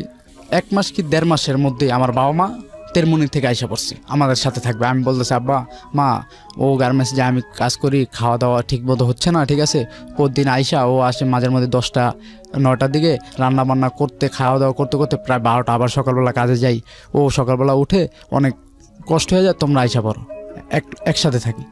একসাথে আইসা পড়লাম। ওই বাড়িতে 1 মাসের মতো ছিলাম। তারপর নিলাম গোরান আরেক জায়গায় বাসা, গোরান আদর্শ স্কুল, ওইখানে বাসা নিলাম, বড় রুম, একই সাথে থাকতাছি। তখন আমি 3 মাসের মতো আমি বেকার ছিলাম, কোনো কাজ বাজ পাইতাছি না। 3 মাসের ভিতর 3 দিন আমি রং মিস্ত্রির সাথে কাজ করলাম। এর মধ্যেই এক বড় ভাইয়ের সাথে কথাবার্তা বললাম, হসপিটালে কাজ নিলাম, জি। মগবাজার। তখন আপনার ফ্যামিলিতে আপনার বাবা মাও থাকে? জি জি, ওকে। মগবাজারে একটা হসপিটালে জব নিলাম, ইনসাফ বারাকা কিডনি অ্যান্ড জেনারেল হসপিটাল। ও হসপিটালে কাজ নিলাম কি ক্লিনার, যে আর কি বাথরুম পরিষ্কার করার, ঝাড়ু দেওয়ার, সব দেওয়ার, এই কাজটা নিলাম। কাজটা নিচ্ছি, করতেছি। একদিন দেখাই আমার অনেক অভুক্তি লাগছে, খাওয়া দাওয়া ঠিক মতো না। তারপর আমি চিন্তা করলাম, এখন যদি এই কাজটা যদি না করি 8 ঘন্টা পার্ট টাইম, তাহলে তো আর কোনো কাজবাজও দেখতেছি না, তেমন টাকা পয়সা আসবে না, দরকার নেই, এত কষ্ট দরকার নেই, এই কাজটাই করি। ওর মুখের দিকে তাকাই যে করতেছি, কাজ করতেছি। এর ভিতরে আমার বাবা মা আবার গেল গ্রামে, যাওয়ার পর জায়গা নিয়ে গন্ডগোল চলতেছে। এখন আমরা তো যাইতে পারি না, আমি, আমার ছোট ভাই আর আমার ওয়াইফ আর কি লাখি, 3 জনে ছিলাম। অনেক কষ্টে সময় যাইতেছে। আমি বেতন পাই আর কি 1 মাস পর পর, এর ভিতরে বেতনটা পাইছি, এর ভিতরে ওনারা চলে গেছে। এখন একটা মাস যে কিভাবে চলতে হইব, অনেক কষ্টের ভিতরে চলতেছি। বেতন পাইলাম, ও কাজ করতেছে। ও তখন মালিবাগ গার্মেন্টসে চাকরি করে। ও রাত্রে 10টা আসে, 11 আর কি 10টার দিকে ছুটি দিলে 11টা বেজে যায় আস্তে আস্তে। তারপর রান্না করো, তারপর খাও, অনেক কষ্ট হয়ে যায়। তারপর আমি বললাম যে তুমি গার্মেন্টসে করো না, বলে না আমি গার্মেন্টস করব, আমি নিজে প্রতিষ্ঠিত হব। আমি বললাম আচ্ছা যাও, তোমার যেটা ভালো লাগে তুমি করো। এরকম করতেছে। আমার বাপ মা 1 মাস থেকে আসছে, ওই সব কিছু মিটিয়ে দিয়ে আসছে। আসার পর আমি বলতেছি, মার কাছে বলতেছি, মা আর ওই যে গার্মেন্টস করতেছে এটা তো ভালো হইতেছে না, মানুষ খারাপ বলতেছে। আরও 10 জনে বলতেছে, যে আমার ফ্রেন্ড সার্কেলরা বলতেছে যে তোর বউ গার্মেন্টস করে, তুই কি করস, তুই তো এই যে কাজ করস, গার্মেন্টস করে কি লিগা, বেটা বউ খাওয়াইতে পারস না, বিয়ে করছিস কি লিগা, আর কি নানান কমেন্ট করে। যারা যারা দেখে শুনে নানান কমেন্ট করে। আবার যারা বুঝে তারা বলে যে অভাবের সংসার, 2 জনে মিলেই তো করলে কি হয়েছে, আগায় যেতে পারবে। আমরা তো তেমন বড় লোক না যে একজনকে চাকরি করলো আরেকজন বইয়া বইয়া খাইলো। অনেকে যারা বোঝে তারা এই কথা বলে, আবার অনেকে বোঝে না, বলে যে গার্মেন্টস করে কেন, খাওয়াইতে পারস না, নানান কমেন্ট। আমি কি এর কথা বুঝি, কানে নেই না। আর লাখে আমাকে বলে যে তুমি কোনো ফ্রেন্ড সার্কেলের সাথে চলবা না, একলা একলা থাকবা। আমি সারাদিন কী করি, একলা একলা থাকি। যে সময় আমি 8 ঘন্টা তো ডিউটিতে যাওয়ার পর ডিউটি কইরা বাসায় এসে বসে থাকি। আর ওর যে ফ্রেন্ড যে মারুফ, ও আমার ফ্রেন্ড, ওর সাথে কথাবার্তা বলি আমি। এর ভিতরে আবার একটা ডান্সের একাডেমি নিয়েছিলাম, আমি, হাসান, মারুফ 3 জনে মিলে। ওইখানে যাই আমি বসি, আড্ডা দিই। আর ওরা, এই হাসান হইছে ডান্সার, ও ডান্স শেখায় ছাত্রদের। এরকম করে চলতেছে। লাকি বলে তুমি যাইবা না, আমি কই ডান্স আমি করি, করে তো ওরা, আমি দেখি, আমি এইগুলো করবো না, তুমি চিন্তা করো না, আমি ডান্স করবো না। ভালোই চলতেছে। এর মধ্যে আমার হাসানের একটা ফ্রেন্ড, নাম হইছে নিশি আক্তার মিম, বাহিরে থাকে। ওর সাথে একদিন আফতাবনগর গেছিলাম। আফতাবনগর যেয়ে একটা গ্রুপ ফটো তুলছিলাম। তখন আমাকে এই ফটোটা ওই মেয়েটাকে দেখাইছে, বলে যে এই ছেলেটাকে, বলে যে সোহাগ আমার ফ্রেন্ড। ও আবার একদিন ইমোতে কথা বলতে বলতে আসছে। তখন আমি একাডেমিতে বসা ছিলাম। এর ভিতরে আইসা বললো যে এই সোহাগ আছে, কথা বলবা তুমি? বলে হ্যাঁ দাও। তখনই ওর মধ্যেই 1 থেকে 1.5 ঘন্টার মতো কথা বললাম। কথা বলার মধ্যেই ওই মেয়েটাকে আমার ইমো নাম্বার, তারপর কন্ট্যাক্ট নাম্বার, সব কিছু, ফেসবুক আইডি নাম্বার সব কিছু দিয়ে দিলাম। দেওয়ার পর আমি তো ভাবছি ফ্রেন্ড হিসাবে কথা বল, আমি তো জানি যে আমার বিয়ে হয়েছে, হাসান ওরা তো বলবেই, বইলা দিছি আমি, এটা তো জানি। কিন্তু ওরা বলে নাই আসলে যে আমার বিয়ে হয়েছে, এটা বলে নাই। মেয়েটার সাথে কথাবার্তা বলি, প্রতিদিন মেয়েটা ফোন দেয়, মেয়েটার বাড়ি ফরিদপুর। এই কথাবার্তা বলি। একদিন আমার একটা সমস্যা ছিল, আমি বললাম যে একটা সমস্যা পড়ছি, ঠিক আছে, কি সমস্যা? আমি বলি কিছু টাকার দরকার ছিল। বলে কত টাকা? আমি বলি না, আপনার কাছ থেকে আমি টাকা নিব কেন? আমি আপনি করে বলি, উনি আপনি করে বলে, টাকা নিব কেন? বলে যে না, টাকা নেন, কি হয়েছে, আপনি আমার ফ্রেন্ড না? আমি ফ্রেন্ড হইলো কি, আপনার কাছ থেকে তো আমি টাকা নেব না। অনেক জোর জবরদস্তি করে ওই হাসানকে দিয়েই টাকা দিল আমাকে, 5,000 টাকা। 5,000 টাকা দিল। এইটা আবার লাখি শুনছে। শোনার পর তো আমার সাথে তেমন আর কি আগের মতো কথাবার্তা বলে না, কীরকম জানি অন্যরকম চলতেছে। ওকে। আমাকে দেখলেই কেমন জানি করতেছে, বলে যে তুমি কথা তোমার সাথে কথা বলবো না, তুমি অন্য মেয়ের সাথে। দিনের মধ্যে আমার স্ত্রী ওর ফুপুর কাছে চলে গেল। এটা নিয়ে রাগারাগি করে? জি, রাগারাগি করে ফুপুর কাছে চলে গেল। 15 দিনের মতো ছিল। আমি আর যাই নাই, খোঁজ খবর নেই নাই। জানি তো এখান থেকে এখানে আর কি কাছাকাছি 5 মিনিটের পথ। জি। আমি যাই নাই। ওর কখনো ফোন, ও তখন ফোন চালাইতো না। আমি যাই নাই। আমার বাবা মা রাগ করতেছে, আমাকে গালমন্দ করতেছে যে যা নিয়ে রাগ হয়েছে, তুই গেলে আসবে। আমার বাবা একদিন বলছিল, আমার বাবার কথা শুনে নাই, বলে যে আপনার ছেলেকে পাঠান। আমি পরে গেছি, যে ওকে বললাম চলো, ও আসবে না, তারপরও জোর করে নিয়ে এসছি। আচ্ছা। নিয়ে আসার পর হঠাৎ করে একদিন একটা মোবাইল কিনলো। মোবাইল কেনার পর আমি বলি তোমার ফোন দরকার? বলে যে আমি চাকরি করি, এত রাত বিরাত আসি, ফোন দিলে ভালো না? কখন আসবো, কখন যাব, এটা তো ভালো। আমি আচ্ছা ঠিক আছে, যেটা তোমার ভালো লাগে। হঠাৎ করে দেখি ওর তো আইডি কার্ডও নাই, 2টা সিম কিনছে। বললাম তুমি সিম কিনলা কিভাবে? আইডি কার্ড তো নাই, এখন তো রেজিস্ট্রেশন করা লাগে আইডি কার্ড, সিম কিনতে। বলে যে আমার বান্ধবী দিছে। আমি বলি তোমার বান্ধবী তোমাকে সিম কিনে দিল নিজের আইডি কার্ড দিয়া? এরকম বান্ধবী কেউ আছে? সিম তো একটা পার্সোনাল জিনিস। এখন বলে না, দিছে। তখন আমার মনে একটু সন্দেহ হইতে লাগলো যে একটা মেয়ে আর একটা মেয়েকে চিনে না জানে না, গার্মেন্টসের মাধ্যমে পরিচয় হয়েছে, আর সিম কিনে দিল নিজের আইডি কার্ড দিয়া। তখন থেকে আমার একটু সন্দেহ হয়েছে। তার আমি বললাম যে সত্যি মেয়েটা দিছে? বলে যে হ্যাঁ, মেয়ে দিছে। আমি আর অতটা কেয়ার করি নাই, আমি তো ওকে বিশ্বাস করতাম। ওকে। হঠাৎ করে একদিন ওর ফোন টিপতেছি, দেখি কি নাম্বার, কয়েকটা নাম্বার দেখলাম অচেনা নাম্বার। আমি বললাম এই নাম্বারগুলো কার? বলে আমাকে একটা বড় ভাইয়ার নাম্বার, আরেকটা চিনি না, আরেকটা বলে যে ওই রং নাম্বারে ফোন দিচ্ছে, আরেকটা বলে যে যেখান থেকে সিম কিনছি ওই ছেলে ফোন দিতেছে, এরকম ডিস্টার্ব করে। আমি কই তুমি আমাকে এগুলো বলছো একবারও? কয় না, বলি নাই, ভাবছিলাম এমনি চলে যাবে। আমি কই তুমি বলছো ওদের যে তোমার বিবাহিতা? বলে না, বলি নাই, বলবো। আমি কই তুমি বলো নাই বলবে, চলে যাবে, এটা কেমন ধরনের কথা? দাও আমার কাছে দাও, আমি ফোন তোমার নেওয়ার দরকার নাই। আমি সেদিন আর ফোন দেই নেই। এরকম আস্তে আস্তে আমি সেদিনকে ওই ছেলেটাকে ফোন দিলাম। ফোন দেওয়ার পর ছেলেটা আমাকে বলল, হ্যাঁ ভাই আমি কথা বলছি। আমি বলছি ও তো আমার ওয়াইফ হয়, আপনি কেন কথা বলতেছেন? সিম কিনছে তার জন্য কি অপরাধ? আপনি যে নাম্বার নিয়ে ফোন দিবেন, আপনার অপরাধ হচ্ছে না? এইসব কথা আমি বলতেছি। তারপর ওই ছেলেটাকে আমি অনেক কথা বুঝাইলাম। তারপর আমি বলছি যে পুলিশের কাছে ফোন দিব, পুলিশের কাছে ফোন দিয়ে আপনার নামে জিডি করব, অনেক কথা বললাম। ছেলেটা ডরে আর ফোন দিল না। আচ্ছা। আর আমি বললাম এই টাকার নাম্বার, বললো যে বড় ভাইয়ের নাম্বার। কোন বড় ভাই? বলে অফিসের বড় ভাই। আমি অফিসের বড় ভাইয়ের নাম্বার তোমার কাছে থাকবে কেন? তখন কি আপনার ওই মিমের সঙ্গে যোগাযোগ আছে? কথাবার্তা বলছেন? না, কোনো কথাবার্তা বলি না। ওকে। তারপর আমি বলতেছি এরকম কেন? ও আমাকে বলতেছে যে বড় ভাই এমনি রাখছি, আরেকটা মেয়ে কথা বলে আর কি, আমাকে নানান অজুহাত দিল।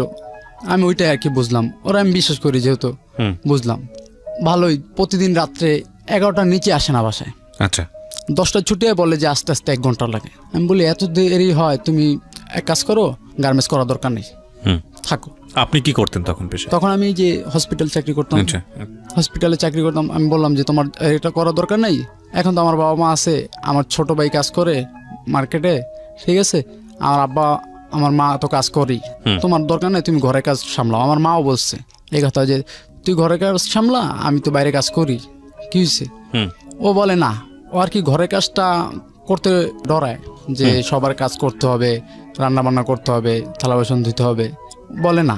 যেমন ওই অফিস থেকে আসার পর ও যদি একটু থালা বাসন ধুইতো ওর কাছে অনেক কষ্ট লাগতো, বিরক্ত ফিল করতো। ওকে। যেমন মাঝের মধ্যে অফিস থেকে আসার পর থালা বাসন ধোয়ার পর ও খাইতো না, না খেয়ে শুয়ে থাকতো। আমি আসতাম, আমার তো মাঝের মধ্যে 2টা থেকে 10টা ডিউটি, আমারও আস্তে আস্তে 1 ঘন্টা হয়ে যেত, 11টা। মাঝের মধ্যে আমি এসে বলতাম, আব্বা মা বলতো যে ও খায় নাই। কেন খায় নাই? তোর জন্য। আমি তো আর যে খাওয়া দাওয়া করো, না খাওয়া দাওয়া করবো না, পেটে খিদে নাই, কিন্তু সারাদিন কাজ করে আসছে, কেন খাবা না? খাইবা না। আমি বলে না খাইলে ঘরতে বেড়ে যাও, তুমি যদি না খেয়ে থাকো, যদি তোমার কোনো ক্ষয়ক্ষতি হয় তাহলে তো আমার ধরবে আর কি, এরকম করে বলতাম। তারপর জোর কইরা, অনেক জোর কইরা খাওয়াইতাম ভাত খাওয়ানোর পরে খাইতো ভাত। আমি এই যে তুমি যে না খেয়ে থাকতা, এই যে খিদাগুলা, তখন তোমার কি মন লাগতো, শরীর খারাপ হইতো না? এরকম করে প্রতিনিয়ত চলতেছে আর কি, খাওয়া দাওয়া ঠিক মতো করে না, সবকিছুর মধ্যেই একটা ইরেগুলারিটি এবং ইনডিসিপ্লিন। ওকে, যেটা আপনার ভাষ্য। হ্যাঁ, তারপর আমি ওকে বলতাম, এদিকে আবার ওর মার সাথে আবার কথা পরামর্শ চলতেছে, ওই যে ওর মার সাথে, আপন মার সাথে, ওনার কাছে আর কি নানান কথা বলে আর কি, আমার নামে ব্যাপারে খারাপ খারাপ কথা বলে, যে ও কাজ করে ঠিক আছে, ওর একসাথে থাকবো না, ওর সাথে আলাদা নিয়ে থাকবো। আমার তো কথা একটাই যে আমার মা বাবা কি তোকে কোন সময় কি বকা দিছে বা জ্বালা যন্ত্রণা দিছে যে আলাদা খাবি? আমি বলি কি, আমার মা বাবা তো কোনো সময় তোমাকে খারাপ কিছু বলে নাই, নিজের মেয়ের মতো দেখে, তোমার খারাপ কোনো কথা বলে নাই, কোনো সময় খারাপ কিছুই দেখে নাই, খারাপ চোখেও দেখে নাই। আমরা যেরকম একটা জিনিস না ভাগ করে খাই, তোমাকেও দেয় তেমনি। তোমাকে যদি একটু কম বেশ দিত তাহলে তুমি কথাটা বলতে পারতা। কোনো সময় আমার ছোট ভাইয়ের একটা গেঞ্জিও ধুয়ে দেয় নাই, আমার কাপড় চোপড় ধুয়ে দিত না, মাঝের মধ্যে আমারটা আমি ধুইতাম। তারপর আমি বলি তুমি থাকো, তুমি যেরকম ভালো লাগে সেরকমই থাকো। এরকম এর ভিতরে ওর গর্ভে বাচ্চা আসলো, আর মার কাছে যোগাযোগ করে ওই বাচ্চাটা নষ্ট করে ফেললো। বললাম কেন নষ্ট করলা? বলে যে এমনি নষ্ট করে ফেলছি, এই 2 বছর পরে নেবো। আমি বললাম আচ্ছা 2 বছর পরে। তারপর হঠাৎ ওটা নষ্ট করার পর 2-3 মাস পরে আবার বলে যে আমি বাচ্চা নেব, এরকম বলতেছে। আমি বলি এই যে মতো এই কিছুদিন আগে বললা যে তুমি 2-3 বছর পর, এখন আবার বলতেছো যে আবার এখন কি পাইছো তুমি, আসলে কি চাও বলো তো আমারে?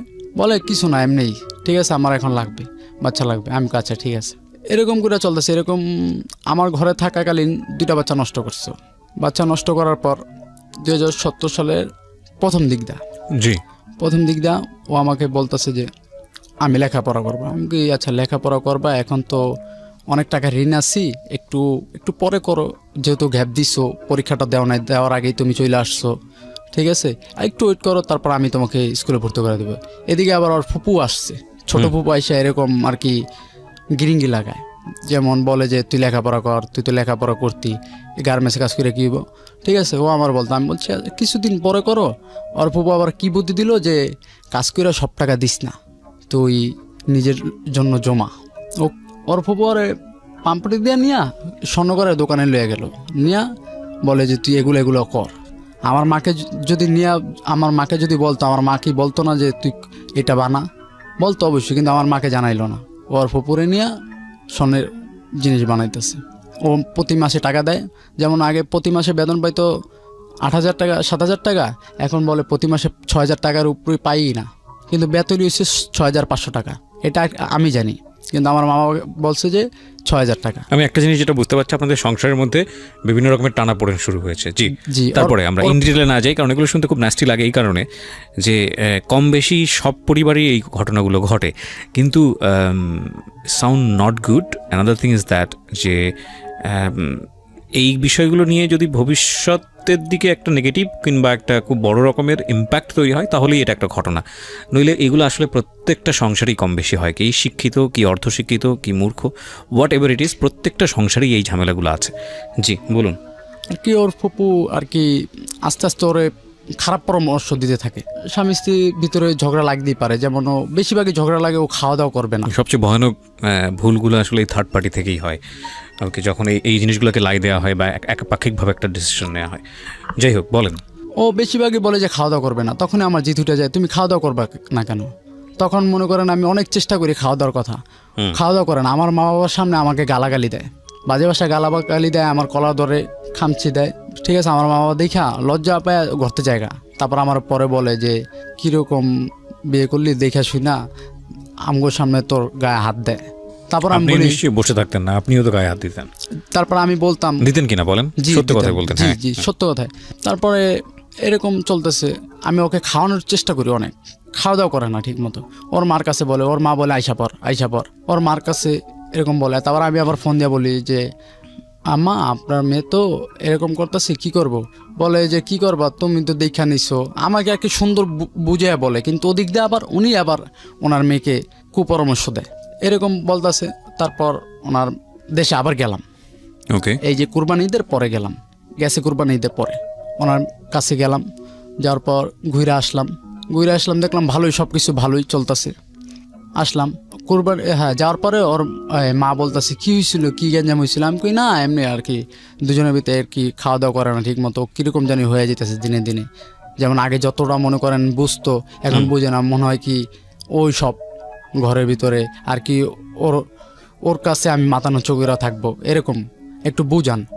বলে আচ্ছা ঠিক আছে বুঝাবো। ওর মা আমার সামনে দেখলাম ওকে ধমক দিল, ঠিক আছে, কিন্তু ওর মার সামনে ধমক হ্যাঁ মাথার নিচু করে আবার যেরকম সেরকম নিয়ে আসলাম। নিয়ে আসার পর আমি বললাম আচ্ছা তোমার যেহেতু পড়ালেখা করবা করো, তাহলে তোমাকে আমি এই যে 18 সালে আমি তোমার ভর্তি করে দেবো। 17 সালে বললাম, 18 সালে তোমাকে স্কুলে ভর্তি করে দেবো, এই 9-এ তুমি আবার এসএসসি পরীক্ষা দিবা।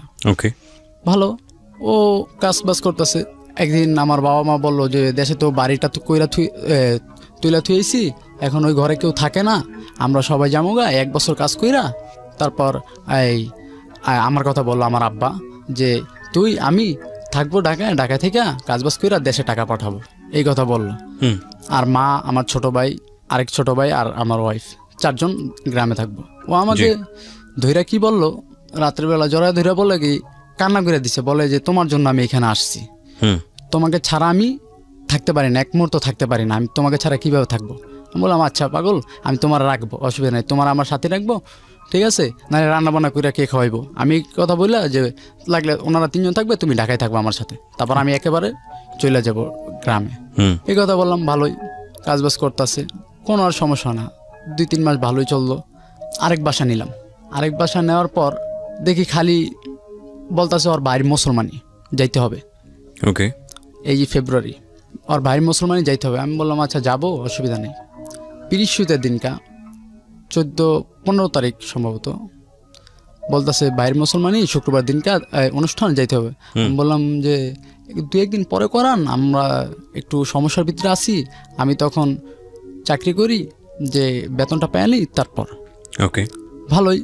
কিন্তু ও বলে যে বৃহস্পতির দিনকে যাবে। আমার বাবা মা বলতেছে যে বৃহস্পতির দিনকে তো ছেলের বউ আর ছেলেকে বাইরে পাঠানো যায় না আর কি, তারা নাকি বলে কি নিয়ম নাই যে বৃহস্পতির দিনকে বাইরে যাওয়া ভালো না। এখন আমি যাইতে চাইতেছি না, ও বলতেছে যাবে। আচ্ছা ঠিক আছে, আমি আব্বা আমারে বললাম কি হইব, কপালে যা আছে তাই হইব, যাক যাম। এর ভিতরে আমার খালুরে ফোন দিল, ফোন দিয়ে বলে যে বাস আছে। খালু আবার বলে যে বাসের অবরোধ যেহেতু বলছে, ও মনে হয় কি পাগল হয়ে গেছে গা, ওর গ্রামে যাইতেই হবে। তখন প্রায় 2টা থেকে 2:30 বাজে। সকালবেলা রান্না বান্না করছে, তারপর খাইলাম, নুডলস রান্না করলাম, খাইলাম। দুপুরে পোলাও আর হইছে গা মুরগির গোশ পাক করছে। এখন ও না খেয়ে হাঁটা দেওয়া শুরু করছে। আমি এর ভিতরে হাত দিছি খাবো, হাঁটা দিয়ে হাত দিছি খাবো। আমি বলি খাও, যাবো লঞ্চে করে যাবো, অসুবিধা নাই। বলে যে টাইম নেই, 5টার দিকে ছাড়বে। ও আমাকে এইসব কথা বললো। আমি কই না, তুমি খাও, খাওয়ার পরে একসাথে যাই। বলে না এখন যাইতে হবো।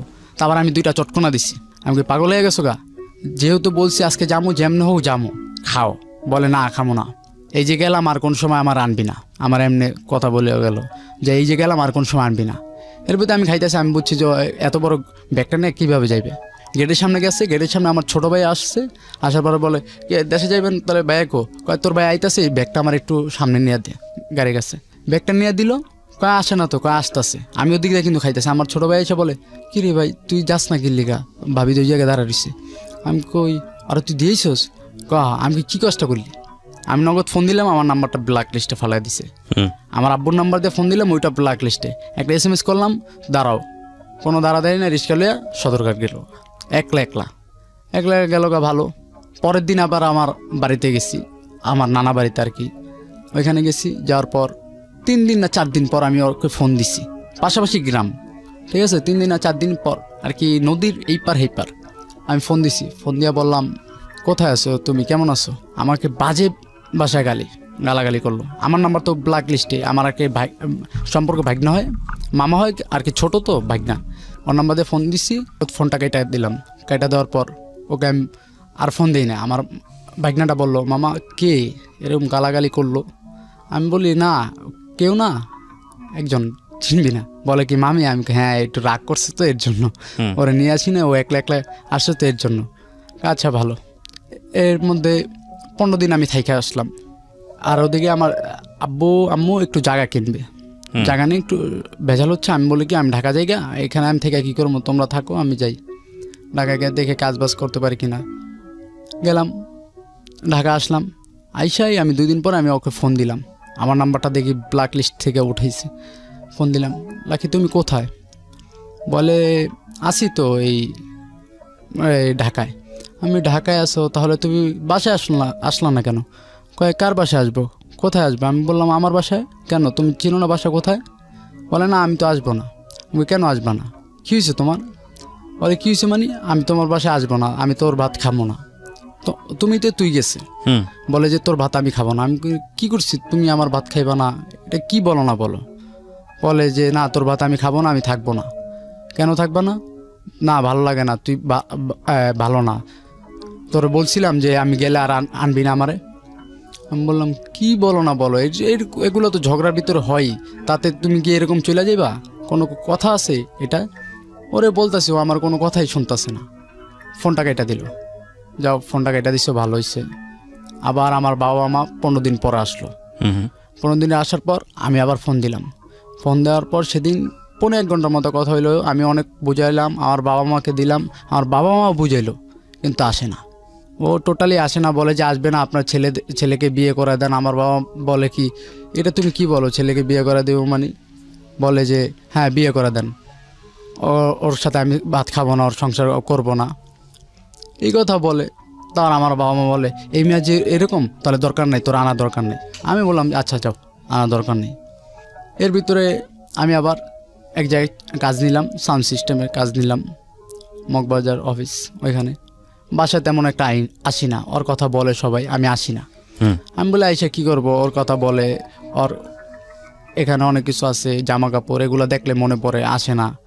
এদিক দিয়ে আমি যদি শোতে থাকতাম, যেমন 3-4 দিন 2 দিন শোধ করি, তখন আমার বাবা মা ফোন দেয় ওর নাম্বারে। ওকে, ফোন দেওয়ার পর ওরা আব্বা মা বলে যে তুমি কোথায় আসো, আসো। বলে যে আমি আসবো না, আপনার ছেলেদের বিয়ে করে দেন। আমার বাবা মার সাথে রাব ভিপ করে। আমার বাবা মা বলে না। আমার আব্বা এমন সরল যে মোবাইলের নাম্বার ডিলিট করতে পারে না, শুধু ফোন দিতে পারে আর রিসিভ করতে পারে। তখন আমি যা দেখি এই নাম্বারে ফোন দিচ্ছি। আমি বলি তুমি লাকিরে ফোন দিছিল কেন? কেন এমনি ফোন দিছিলাম। আমি আবার জিজ্ঞেস করলাম কী হয়েছে, ফোন দেওয়ার পর কী বলছে? বলে এই রাব ভিপ করে যে বিয়ে করা দিতে ধরে। আমি এইসব কথা তোমারে বলছে? আচ্ছা তুমি ওরা আর ফোন দিও না। রোজার ভিত্তে আমি ফোন দিছি, বলে আসবে না। আর এদিক দাম ওরে যে চিনে অনেক মানুষে বলে যে ওর বিয়ে হয়েছে। আমি বলে আপনার পাগল হয়ে গেছেন, ওর বিয়ে হয়েছে, ও কেন বিয়ে করবে? আর ও তো আমার ডিভোর্সও দেয় না, বিয়ে করবে কেমনে? হ্যাঁ, আপনারা উল্টাপাল্টা কথা বললেন না, যান আপনাদের কাজে আপনারা যান।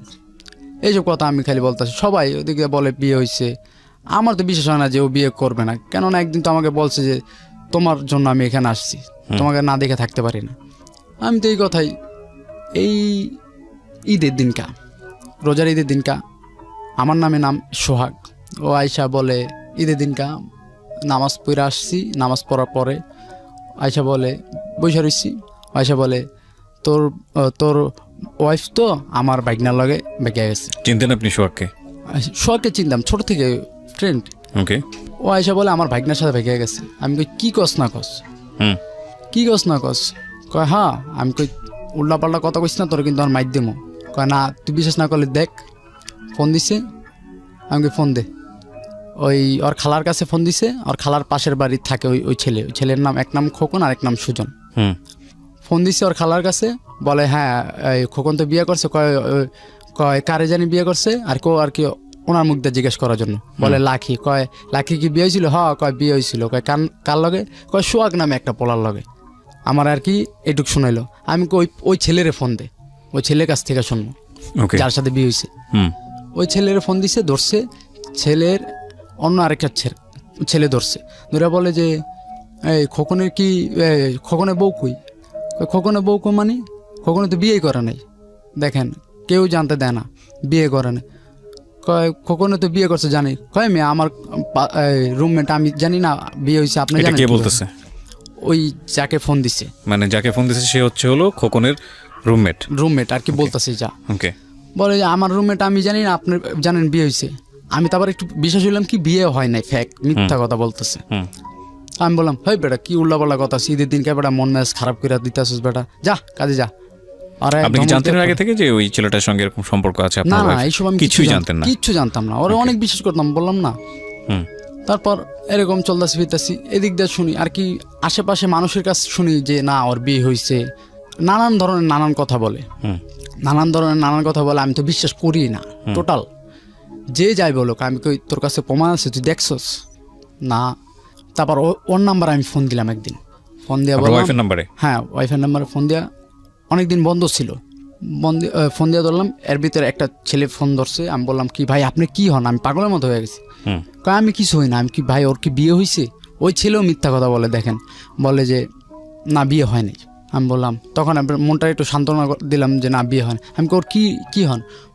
বলে যে আমাকে বড় ভাই হিসাবে ডাকে, ঠিক আছে, আমার মাকে তো হসপিটালে নিয়ে আসছি ঢাকা মেডিকেল, ওর ফোনটা আমি নিয়ে আসছি, আমার তো ফোন নাই এর জন্য। আমি ও আচ্ছা ঠিক আছে ভাই, আপনি যাবেন কবে? বলে যে যাবো এই সপ্তাহখানিক লাগবে। আমি বলি ভাই ওর তো কোনো সমস্যা হয় নাই। বলে না। আমি কই ভাই ওর তো কোনো সমস্যা হয় নাই, আর কি বারবার একটু পরপর ফোন দিয়ে জিজ্ঞেস করতেছি ওর কোনো সমস্যা হয়েছে কিনা। আর কি আমি ভাবছি ওর কোনো সমস্যা হয়েছে, যেহেতু ফোনটা ওনার কাছে, এরকম জিজ্ঞেস করতেছে। আর জিজ্ঞেস করতেছি ভাই ফোনটা কে ধরেছে? সোহাগী? না সোহাগ না, ওই ছেলেটা কে ছিল? ওই ছেলেটাকে আমি চিনি না। তো ওই ছেলেটা ফোনটা পেলো কিভাবে? ফোনটা নিচ্ছে ওর কাছ থেকে। ওর নিল, চাইলে তো দিবে না, নিশ্চয়ই কিছু না কিছু হতো, নাহলে ব্যক্তিগত ফোন কেন তাকে দিবে? যাই হোক, আপনি জানতেন না? জি জি, আমি আজও জানেন না? জি ওকে, না এখন জানি যে ওই ছেলেটা ওর ভাই হয় আর কি, সম্পর্কে ভাই ডাকছে। আচ্ছা আচ্ছা ঠিক আছে, হ্যাঁ বলেন। তারপর ও ফোনটা নিচ্ছে। আমি খালি বারবার জিজ্ঞেস করতেছি ভাইয়া বলেন না আপনি ওর কি হন? বলে যে ভাই সত্য কথা, ও আমাকে ভাই ডাকছে, ভাই বোন। আমি ওর তো বিয়ে হয়েছে। বলে যে না বিয়ে হয় নাই। আমি তো ফুল। আমি ভাই আপনি আমার সাথে একটু দেখা করেন না? বলে আচ্ছা দেখা করব, কখন কোথায়? আমি কই ভাই আপনি যেখানে বলবেন সেখানে দেখা করব। বলে যে আপনি আসেন মেরাদিয়া পোড়াবাড়ি। আমি কই কখন আসবো? বলে ভাই আমি ঢাকা মেডিকেল আসছি, আস্তে আস্তে রাত হবে, 8টা-9টার দিকে আপনি আসেন। আমি বললাম আচ্ছা ভাই। আমি তখন গেলাম আমার 2টা ফ্রেন্ড নিয়ে। আমি বলি ওইখানে যদি আমার মার খাওয়ায়, ঠিক আছে তোরা একটু দূরে থাকবি, আমি একা একা থাকবো, যদি কোনো সমস্যা আমি তোকে একটা ফোন দিব, তোরা আইসা পড়বি। এই যেমন ওরা 10 হাত দূরে। এর ভিতরে ছেলেটাকে দেখছি, ছেলেটাকে একটু দেখে নেশাখোরের মতো লাগছে, ঠিক আছে। আমি বললাম ভাই আমি সোহাগ ভাই। ছেলেটাকে দেখে আমি রাস্তার ভিতরে পাও ধরে বসে পড়ছি। ভাই ওর একটু দেখান ভাই, ওর তো বিয়ে সাথে হয় না।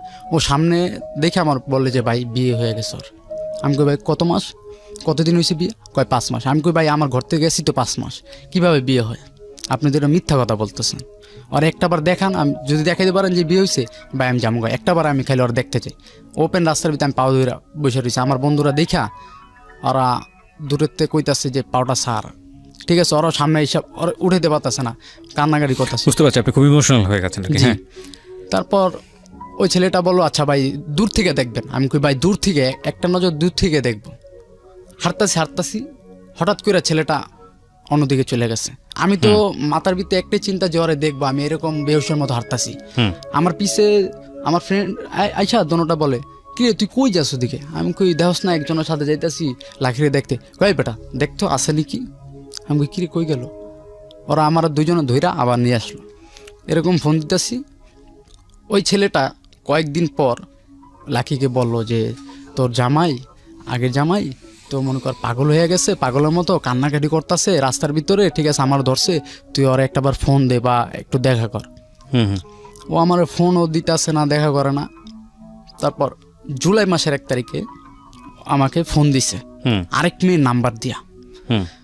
তখন আমার ফোন নাই, আমার আব্বুর ফোনটাই আমি রাখতেছি। ফোন দিছে হঠাৎ আমার আরেকটা ফ্রেন্ড যে হানিফ, ও আমাকে নিয়ে হাঁটাইতেছে, হাঁটা চলা করাইতেছে যে আমার মন মানসিকতা ভালো না, হাঁটতেছে আরও আমার বুঝাইতেছে। এর ভিতরে ফোন দিছে, আমি সালাম দিছি। পরে যে আমি বলি কে? বলে লাখি। আমি নগদ ওইখানে শর্ট হয়ে গেলাম যে লাখি তুমি এই নাম্বার পাইলা কোথায়, আর কোথায় আসো, কীভাবে আসো, আমি এইসব জিজ্ঞেস করতেছি। বলে আমি যেইখানে আছি ভালোই আছি, ঠিক আছে, তুই কোথায় আসোস, আমার তুই করে করতেছে। আমি কই এখন তুই করে বলতেছ, আচ্ছা বলো, অসুবিধা নাই। আমি আসি এই যে বনশ্রী আছি 4তলা অফিসের সামনে। বলে ও, কয় তুই নাকি আমার পাগলের মতো খুঁজতেছস। আমি কই হ্যাঁ, পাগলের মতো খুঁজবো না। কয় আমি কই তুমি কোথায় আসো, আসো বাসায় আসো বা দেখা করো, তোমার আমি দেখি। ও বলে না, দেখা করার দরকার নেই, তোর সাথে সম্পর্কই রাখবো না, দেখা করার কি দরকার, আগে বলতাছে। আমি কই না, তুমি দেখা করো না, আর কি অনেক কথা বলতাছি। এর ভিতরে বলতেছি যে তোমার যদি আমি যদি না দেখতে পারি বা আমি যদি তোমার না পাই, আমি মরে যাবো। ও আমার বলে কি তুই মরে যা, ও আমার মরে যা বলেই ফোনটা ওই ওর ফ্রেন্ডকে দিয়ে দিচ্ছি আর কি, লাকির ফ্রেন্ড আর কি, বান্ধবী দিয়ে দিচ্ছি। এই সময়টাতে ফ্যাক্ট এরকম হয়, যত বেশি ডিনাই করবে অপরপক্ষ, এই পক্ষে তত বেশি আগ্রহ জন্মাবে। মেয়েটা বেশি হার্ড হচ্ছে, ও আরও বেশি উইক হচ্ছে। হ্যাঁ বলেন। তারপর আমি ওর বান্ধবীকে দিল। আমি তারপর বললাম যে আপু, আপনার সামনে বলছে না যে আমাকে মারা যেতে, দেখেন আমি কি করি। ওর সাথে আমি কথা বলতাছি, ওই 4তলা অফিস থেকে এক দৌড় দিছি, দৌড় দিয়ে আমি 8তলায় উঠছি। আমার পিছে কিন্তু আমার ফ্রেন্ড হানিফও পিছে আসতেছে। আশা ও একটু স্বাস্থ্যবান তো, ও দৌড়াইতেছে, ও বুঝছে যে আমি যে কোনো একটা ঘটনা ঘটায় ফেলবো। ও আমার পিছ ছাড়তেছে না। আমি 8তলা এসে লাভ দিব, এর ভিতরে দেখি পাশে কানিস লাভ দিছি অলরেডি, দেখি পাশে কানিসে, আর আমি নিচে পড়তে পারি না। ও এসে ধরে ফেলছে, আর আমার তো শরীর হাত পা একবার ছেড়ে দিছে, আর পারি নাই। পরে ওই মেয়েটা বললো ভাই আপনি কিছু করেন না, আগামীকালকে আমি দেখা করে দেবো, ও জানবো না, আর আপনিও আমার কথা বলবেন না, ও কোথায় কাজ করে কি করে আমি সব কিছু আপনার দিয়ে দেবো। আমি আপু সত্যি বিয়ে করছে? বলে সত্যি আপু বিয়ে করছে, ওর বিয়েতে আমরা আনন্দ ফুর্তি করছি। আমাকে বলতেছে ভাইয়া। আমি বলি আপু এটা তো আমি বিশ্বাস করি না, আমি কান্দাকাটি করতেছি, অনেক কান্দাকাটি করতেছি। বলে যে আপনি যদি কালকে দেখতে চান আপনারা আমি দেখাই দিন। আমি বললাম আচ্ছা ভাই, আপু আপনি যদি দেখাইতে পারেন আমি অনেক খুশি হম ভাই। এইসব কথা বলতেছি। তারপরের দিন সকালে যাইনি, লাঞ্চের দিকে এই 10তলা বনশ্রী 10তলা আছে না, ওইখানে শুক্র আলী গার্মেন্টস আছে। লাঞ্চের দিকে গেছি। আমি এই টাইমে যাই, এই টাইমে গেছি আমি আর মারুফ আর কবির ফ্রেন্ড। মারুফের নাম তো আগেই বলছি, আর কবির। মারুফের বাইক দিয়ে গেলাম, যা ওইখানে দাঁড়াইলাম, বললাম লাখি কোথায়? লাখির যদি না চিনেন তাহলে মালা, এই 2টা নাম বলতেছি। বলে যে নাই। আমি বললাম ফ্লোর এরকম 6তলা। ওই মেয়েটাকে আমার বলে দিছে যে অমুক জায়গায় কাজ করে, এগুলো সব বললাম। বলে লাঞ্চে খাইতে গেছে। এর ভিতরে একটা মেয়ে ছিল, ওর বাসা চিনতো ওইখানে। ওই মেয়েটা চালু নামে গিয়া বলিয়া দিছে যে তোর আগে জামাই আসছে, পুরা গার্মেন্টস নিয়ে নিছে, ঠিক আছে তুই যাইস না, ওইখানে গেলে মারামারি হবে, অমুক সমুক তুই যাইস না। আর লাকি তো জানে যে ও যদি সামনে আমি মারামারি করব না। এখন লাকিও ভয় পাইতেছে, আবার চিন্তা করে অনেক ছেলেরা আসছে। এর ভিতরে আমি আবার আমার অনেক কয়েকটা ফ্রেন্ডের ডাক দিছি, ওরা আবার 3-4টা বাইক নিয়ে আসছে। ভালো কয় কি হয়েছে, পাগলের মতো করতেছে কি লেগে, আমার সবাই কইতেছে। আমি কই দোষ এরকম ওরা আইসছে, ওই যে কাজ করে। আমার যে নিয়ত যে ওর যদি পাই আমি ঠাটা 2টা চটকনা দিব, হ্যাঁ চটকনা দিয়ে তারপর ওর সাথে কথা বলুন। পরে দেখি 2টা ওভার হয়ে গেছে, 2টা 13 কি 14 বাজে। তারপর আমি ওকে বললাম তোরা যা, আমি আর মারুফ কবির 3জনে এই বাইকটা দিয়ে ওর বাসার সামনে যাই। ওর বাসার ঠিকানা আমি নিয়ে নিচ্ছি, যে আওলাদ মিয়ার বাড়ি, ওইখানে যাই। ঘুইরা যাইতে নিচ্ছি আর কি, গার্মেন্টসের পিস দিয়ে যখন যাব, এর ভিতরে দেখি সামনে ও এমন শুকাইছে আর এত কালো হয়ে গেছে, ওরা দেখেছি না জানা, ওকে মারবো কি এখন। ওরা দেখে আমার মনে হইতেছে যে কান্নাইতেছে, ওরা মারবো কি। আমি কই তোমার সাথে কথা আছে। বলে চলো কি কথা বলো। আমি কই ওদিকে কোথায় যাব, আসো এলাকায় আসো, তোমার ওইখানে ফুপু আছে, বাবা আছে, মা আছে, চলো ওইখানে কাছে চলো। আমি তো আবার মারুফের গাড়িতে উঠাইলাম, বাইকে উঠাইলাম। এর ভিতরে একটা ছেলে আইসা, ওই যেটাকে ভাই ডাকছে, ও আইসা বলে এখান থেকে যাইব না। আমি কই আপনি কে যে ও যাবে না, আপনি কে? আমি ওর ভাই। আমি কই ভাই থাকলে না চুপ করে থাকেন, বেশি করলে কিন্তু এই জায়গায় কিন্তু গার খেয়ে মরে যাবেন। এই কথা বললা ওরা নিয়ে আসলাম। তারপর আমার বাবা মা দেখে তো খুব খুশি। এখন আমার বাবা মা খালু সবার সামনে বলতেছে কি জানেন, যে বিয়া না করলেও করছি। ও স্বীকার যেতেছে না যে বিয়া করছি, আমার কাছে বলছে বিয়ে করছি, আবার বলে কি বিয়া না করলেও করছি, ওর ভাত খামো না, কিন্তু বিয়ে করছে। ওকে। এখন এই সব কথা আমাকে বলতেছে, বলে ওকে যদি বুঝে আসতে পারি তাহলে তোমার সাথে আমি আইসা পারবো। আমি বললাম আচ্ছা ঠিক আছে। পরের দিন সকালবেলা ওর কাছে গেলাম যেখানে ভাড়া ছিল, ওই ছেলেকে বুঝে ও আমার সাথে আইসা পড়লো, আইসা থাকলো। ওই ছেলের সাথে ও কথা বলবে সেটাও আমি পারমিশন দিচ্ছি যে ফোনে কথা বলবে, আইসা পড়লো। আমি সব জানি না শুনে ওকে নিচ্ছি, ওকে, কাউকে জানাই নাই। কজ আপনি ইমোশনালি ব্লাইন্ড ছিলেন, আর ও যেভাবে আপনাকে পাত্তা দিচ্ছিল না, আপনার কাছে মনে হয়েছে যে এতটুকু পেয়েছি এটাই বেশি, নাহলে চলে গেলে তো আলটিমেটলি ওটাও পাবো না। জি, বুঝতে পেরেছি। তারপর আমি ওকে নিয়ে আসছি, ওদিনকে থাকলো, প্রতিদিন রাত্রে কান্নাকাটি করে, রাত্রে সারা রাত কান্নাকাটি করে। আর ওর একটা সমস্যা হয়েছে, কিডনিতে পানি জমছিল, দোনো পাও ফুলে গেছে। এর ভিতরে আমার বাবা মা এইটা দেখছে, দেখে বলে যে তুই ওই সাউন্ড সিস্টেমে কাজ করিস না, আবার ওই রাজমিস্ত্রির কাজ কর, প্রতিদিন 400-500 টাকা পাবি, ওর প্রতিদিন 250 টাকার মতো ওষুধ লাগবে, এটা তোর কর। আমি নগদ চাকরিটা ছাইরা দিলাম ওর জন্য, চাকরিটা ছাইরা দিলাম। 3 দিনের মাথায় সকালবেলা খালি কান্নাকাটি করে। তার আগের দিনকার রাত্রে আর কি, যেদিনকার যাবে সকালবেলা, তার আগের দিনের রাত্রে 1:20 শুরু কইরা 3:35 পর্যন্ত আর পাওগুলো আমি টিপা দিছি। তার আমি 1:20 থেকে 3:35 পর্যন্ত, জি পাওগুলো টিপা দিছি। তারপর সারা রাত আমি খালি ওরে নিয়ে ভাবতাছি যে ওর কি হইব। আমি ঘুমাই নাই, সকালের দিকে একটু ঘুমাইতেছি, এর ভিতরে ও বলতেছে আমারে দিয়ে এরকম কথা বলতেছে। আমি বললাম লাকি সারা রাত তো তোমার আমি পাওগুলো টিপা দিলাম, তুমি কি টের পাও নাই? বলে যে না, একবার পাইছিলাম কিন্তু আর পাই না। আমি কই ঠিক আছে, আমি আর একটু ঘুমাইতে দাও। কয় না ঘুমাইতে পারবি না, আমার কাছে ওর কাছে আমারে দিয়ে।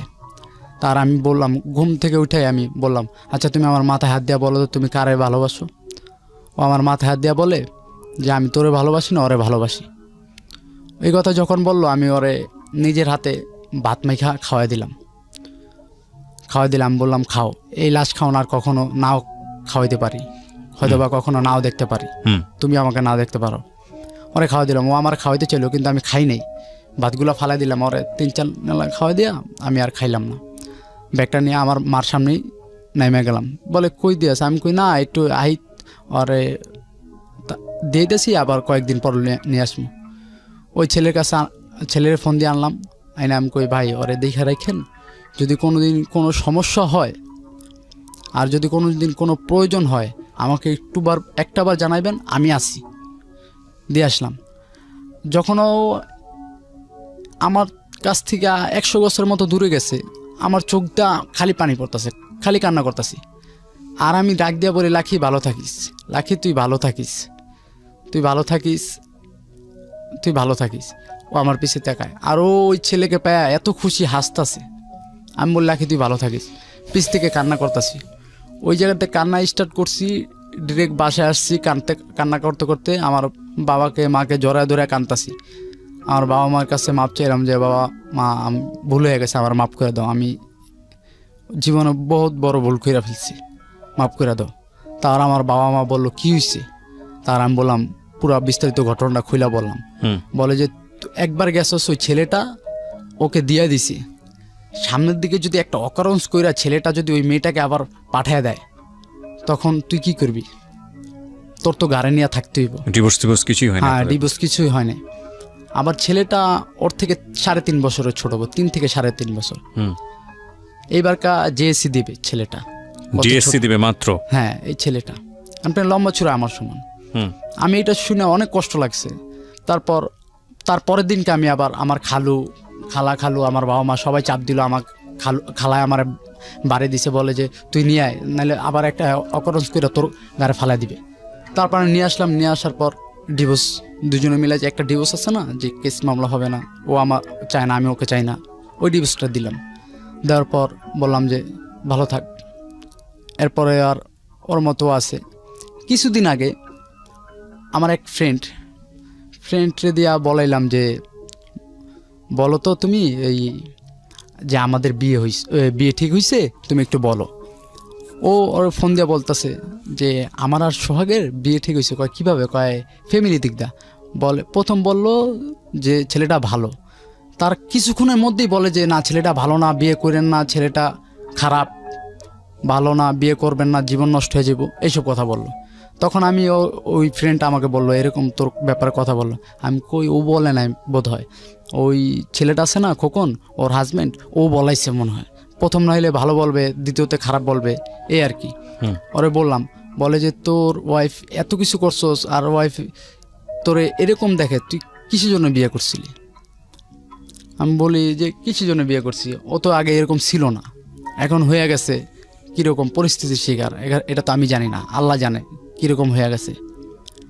ওর মাকে আমি মানাইছি, ওর মা আপন মা যে, সেও বলে যে সে তারই চাল, সে বলে যে আমি মাইনা নিব না অমুক সময়, কিন্তু সেই করছে সব কিছু, সেই জানে এই কাজটা করছে আর কি, তার মেয়েকে পাশে পাওয়ার জন্য। আমি গল্পটা যখন শুনছিলাম চুপ করেই শুনছিলাম যে আসলে গল্পটা কোন দিকে যেতে পারে সেটার একটা মানে অনুমান করছিলাম, বাট লাস্টে এসে 2 মিনিটে সব কিছু উলটপালট হয়ে গেল। That is the ultimate message of the story. আসলে নতুন করে বলার কিছু নেই, কারণ যারা জীবন গল্প শোনেন তারা আসলে বোঝেন যে আমি জায়গাটা কী বলতে পারি। দেখুন, ওরা আগাগোড়ায় খুব সাধারণ একজন মানুষ, আমার আপনার মতোই, এবং এই কামড়া কামড়ি, গালি গালাস, চিল্লা চিল্লি, হাতে হাত মানে হাত তোলা, এগুলো প্রত্যেকেরই সংসার জীবনে কম বেশি হয়ে থাকে। খুব স্বভাবগত চরিত্র থেকেই আমাদের এই জিনিসগুলো আসে। বা যদি নাটকে এরকম হয় যে হাজব্যান্ডের গায়ে ওয়াইফ একটা স্ল্যাপ দিয়েছে বা থাপ্পড় দিয়েছে, বা ওয়াইফ হাজব্যান্ডকে দিয়েছে, পরবর্তীতে সংসার ভেঙে গেল, বিষয়টা আসলে এরকম না। রিয়েলিটি আরও বাস্তব। মারামারি হয়ে দাঁত দুধ ভেঙে এক্সট্রিম পর্যায়ে যায়, বছরের পর বছর চলতে থাকে, তারপর হয়তো ডিভোর্স জায়গাতে যায়, ইভেন তাও হয় না অনেক সময়। তো আমার জায়গাটা থেকে আমার যেটা মনে হয়েছে, exceptional is one kind of hardest reality, এবং ওই জায়গাটায় কিছু না কিছু শেখার আছে। তো সেদিক থেকে আমি যেটা বলবো যে এটা একটা অসাধারণ জীবন গল্প। মাত্র 2 মিনিটেই পুরো জীবন গল্পটা অন্যরকম একটা মোড়ে চলে গেল। খুবই স্বাভাবিক প্রত্যেকটা মানুষের জীবনে যেসব ঘটনা ঘটে সেরকম কিছুই, এবং শুনতেও বেস্ট বোরিং লাগছিল। মনে হচ্ছিল একদম কেন প্রচার করছি গল্পটা, আসলে এক ধরনের ন্যাস্টি টাইপ স্টোরি। বাট লাস্টে দেখেন, তো এই কথাটাই বলছিলাম, মানে অসাধারণ মানুষ খোঁজার জন্য বনে বাদরে যাওয়ার দরকার নাই, হ্যাঁ ঋষি মুনি কবির কাছে যাওয়ার দরকার নাই। অসাধারণ মানুষগুলো না আমাদের চারপাশেই থাকে। অসাধারণ মানুষগুলো ওই ফুটপাতে বসে থাকা একজন ভিক্ষুক, সেও হতে পারে। অসাধারণ মানুষ সে যে কেউ হতে পারে, যাকে আপনি হয়তো চেনেননি, ওই যে বাসের মানুষটি হতে পারে। অসাধারণ মানুষ ওই পানি দেওয়া মানুষটি হতে পারে। সে অসাধারণ মানুষ খোঁজার জন্য আমাদের ওই বইয়ের মোটা বইয়ে বিশাল জীবনী পড়ার দরকার নাই। অসাধারণ মানুষরা আপনার চারপাশেই আছে। প্রতিটি মানুষই অসাধারণ মানুষ, শুধু আমরা ওই অসাধারণ দৃষ্টিটা দেখি না বলে। আজকে কথা বলতে বলতে হঠাৎ করে মনে পড়ে গেল, আপনি একটা মজার জিনিস খেয়াল করবেন, এই বিষয়টা আমিও খেয়াল করেছি যখন রাস্তায় বের হই। আপনি প্রত্যেকটা মানুষের চেহারার দিকে তাকিয়ে দেখবেন।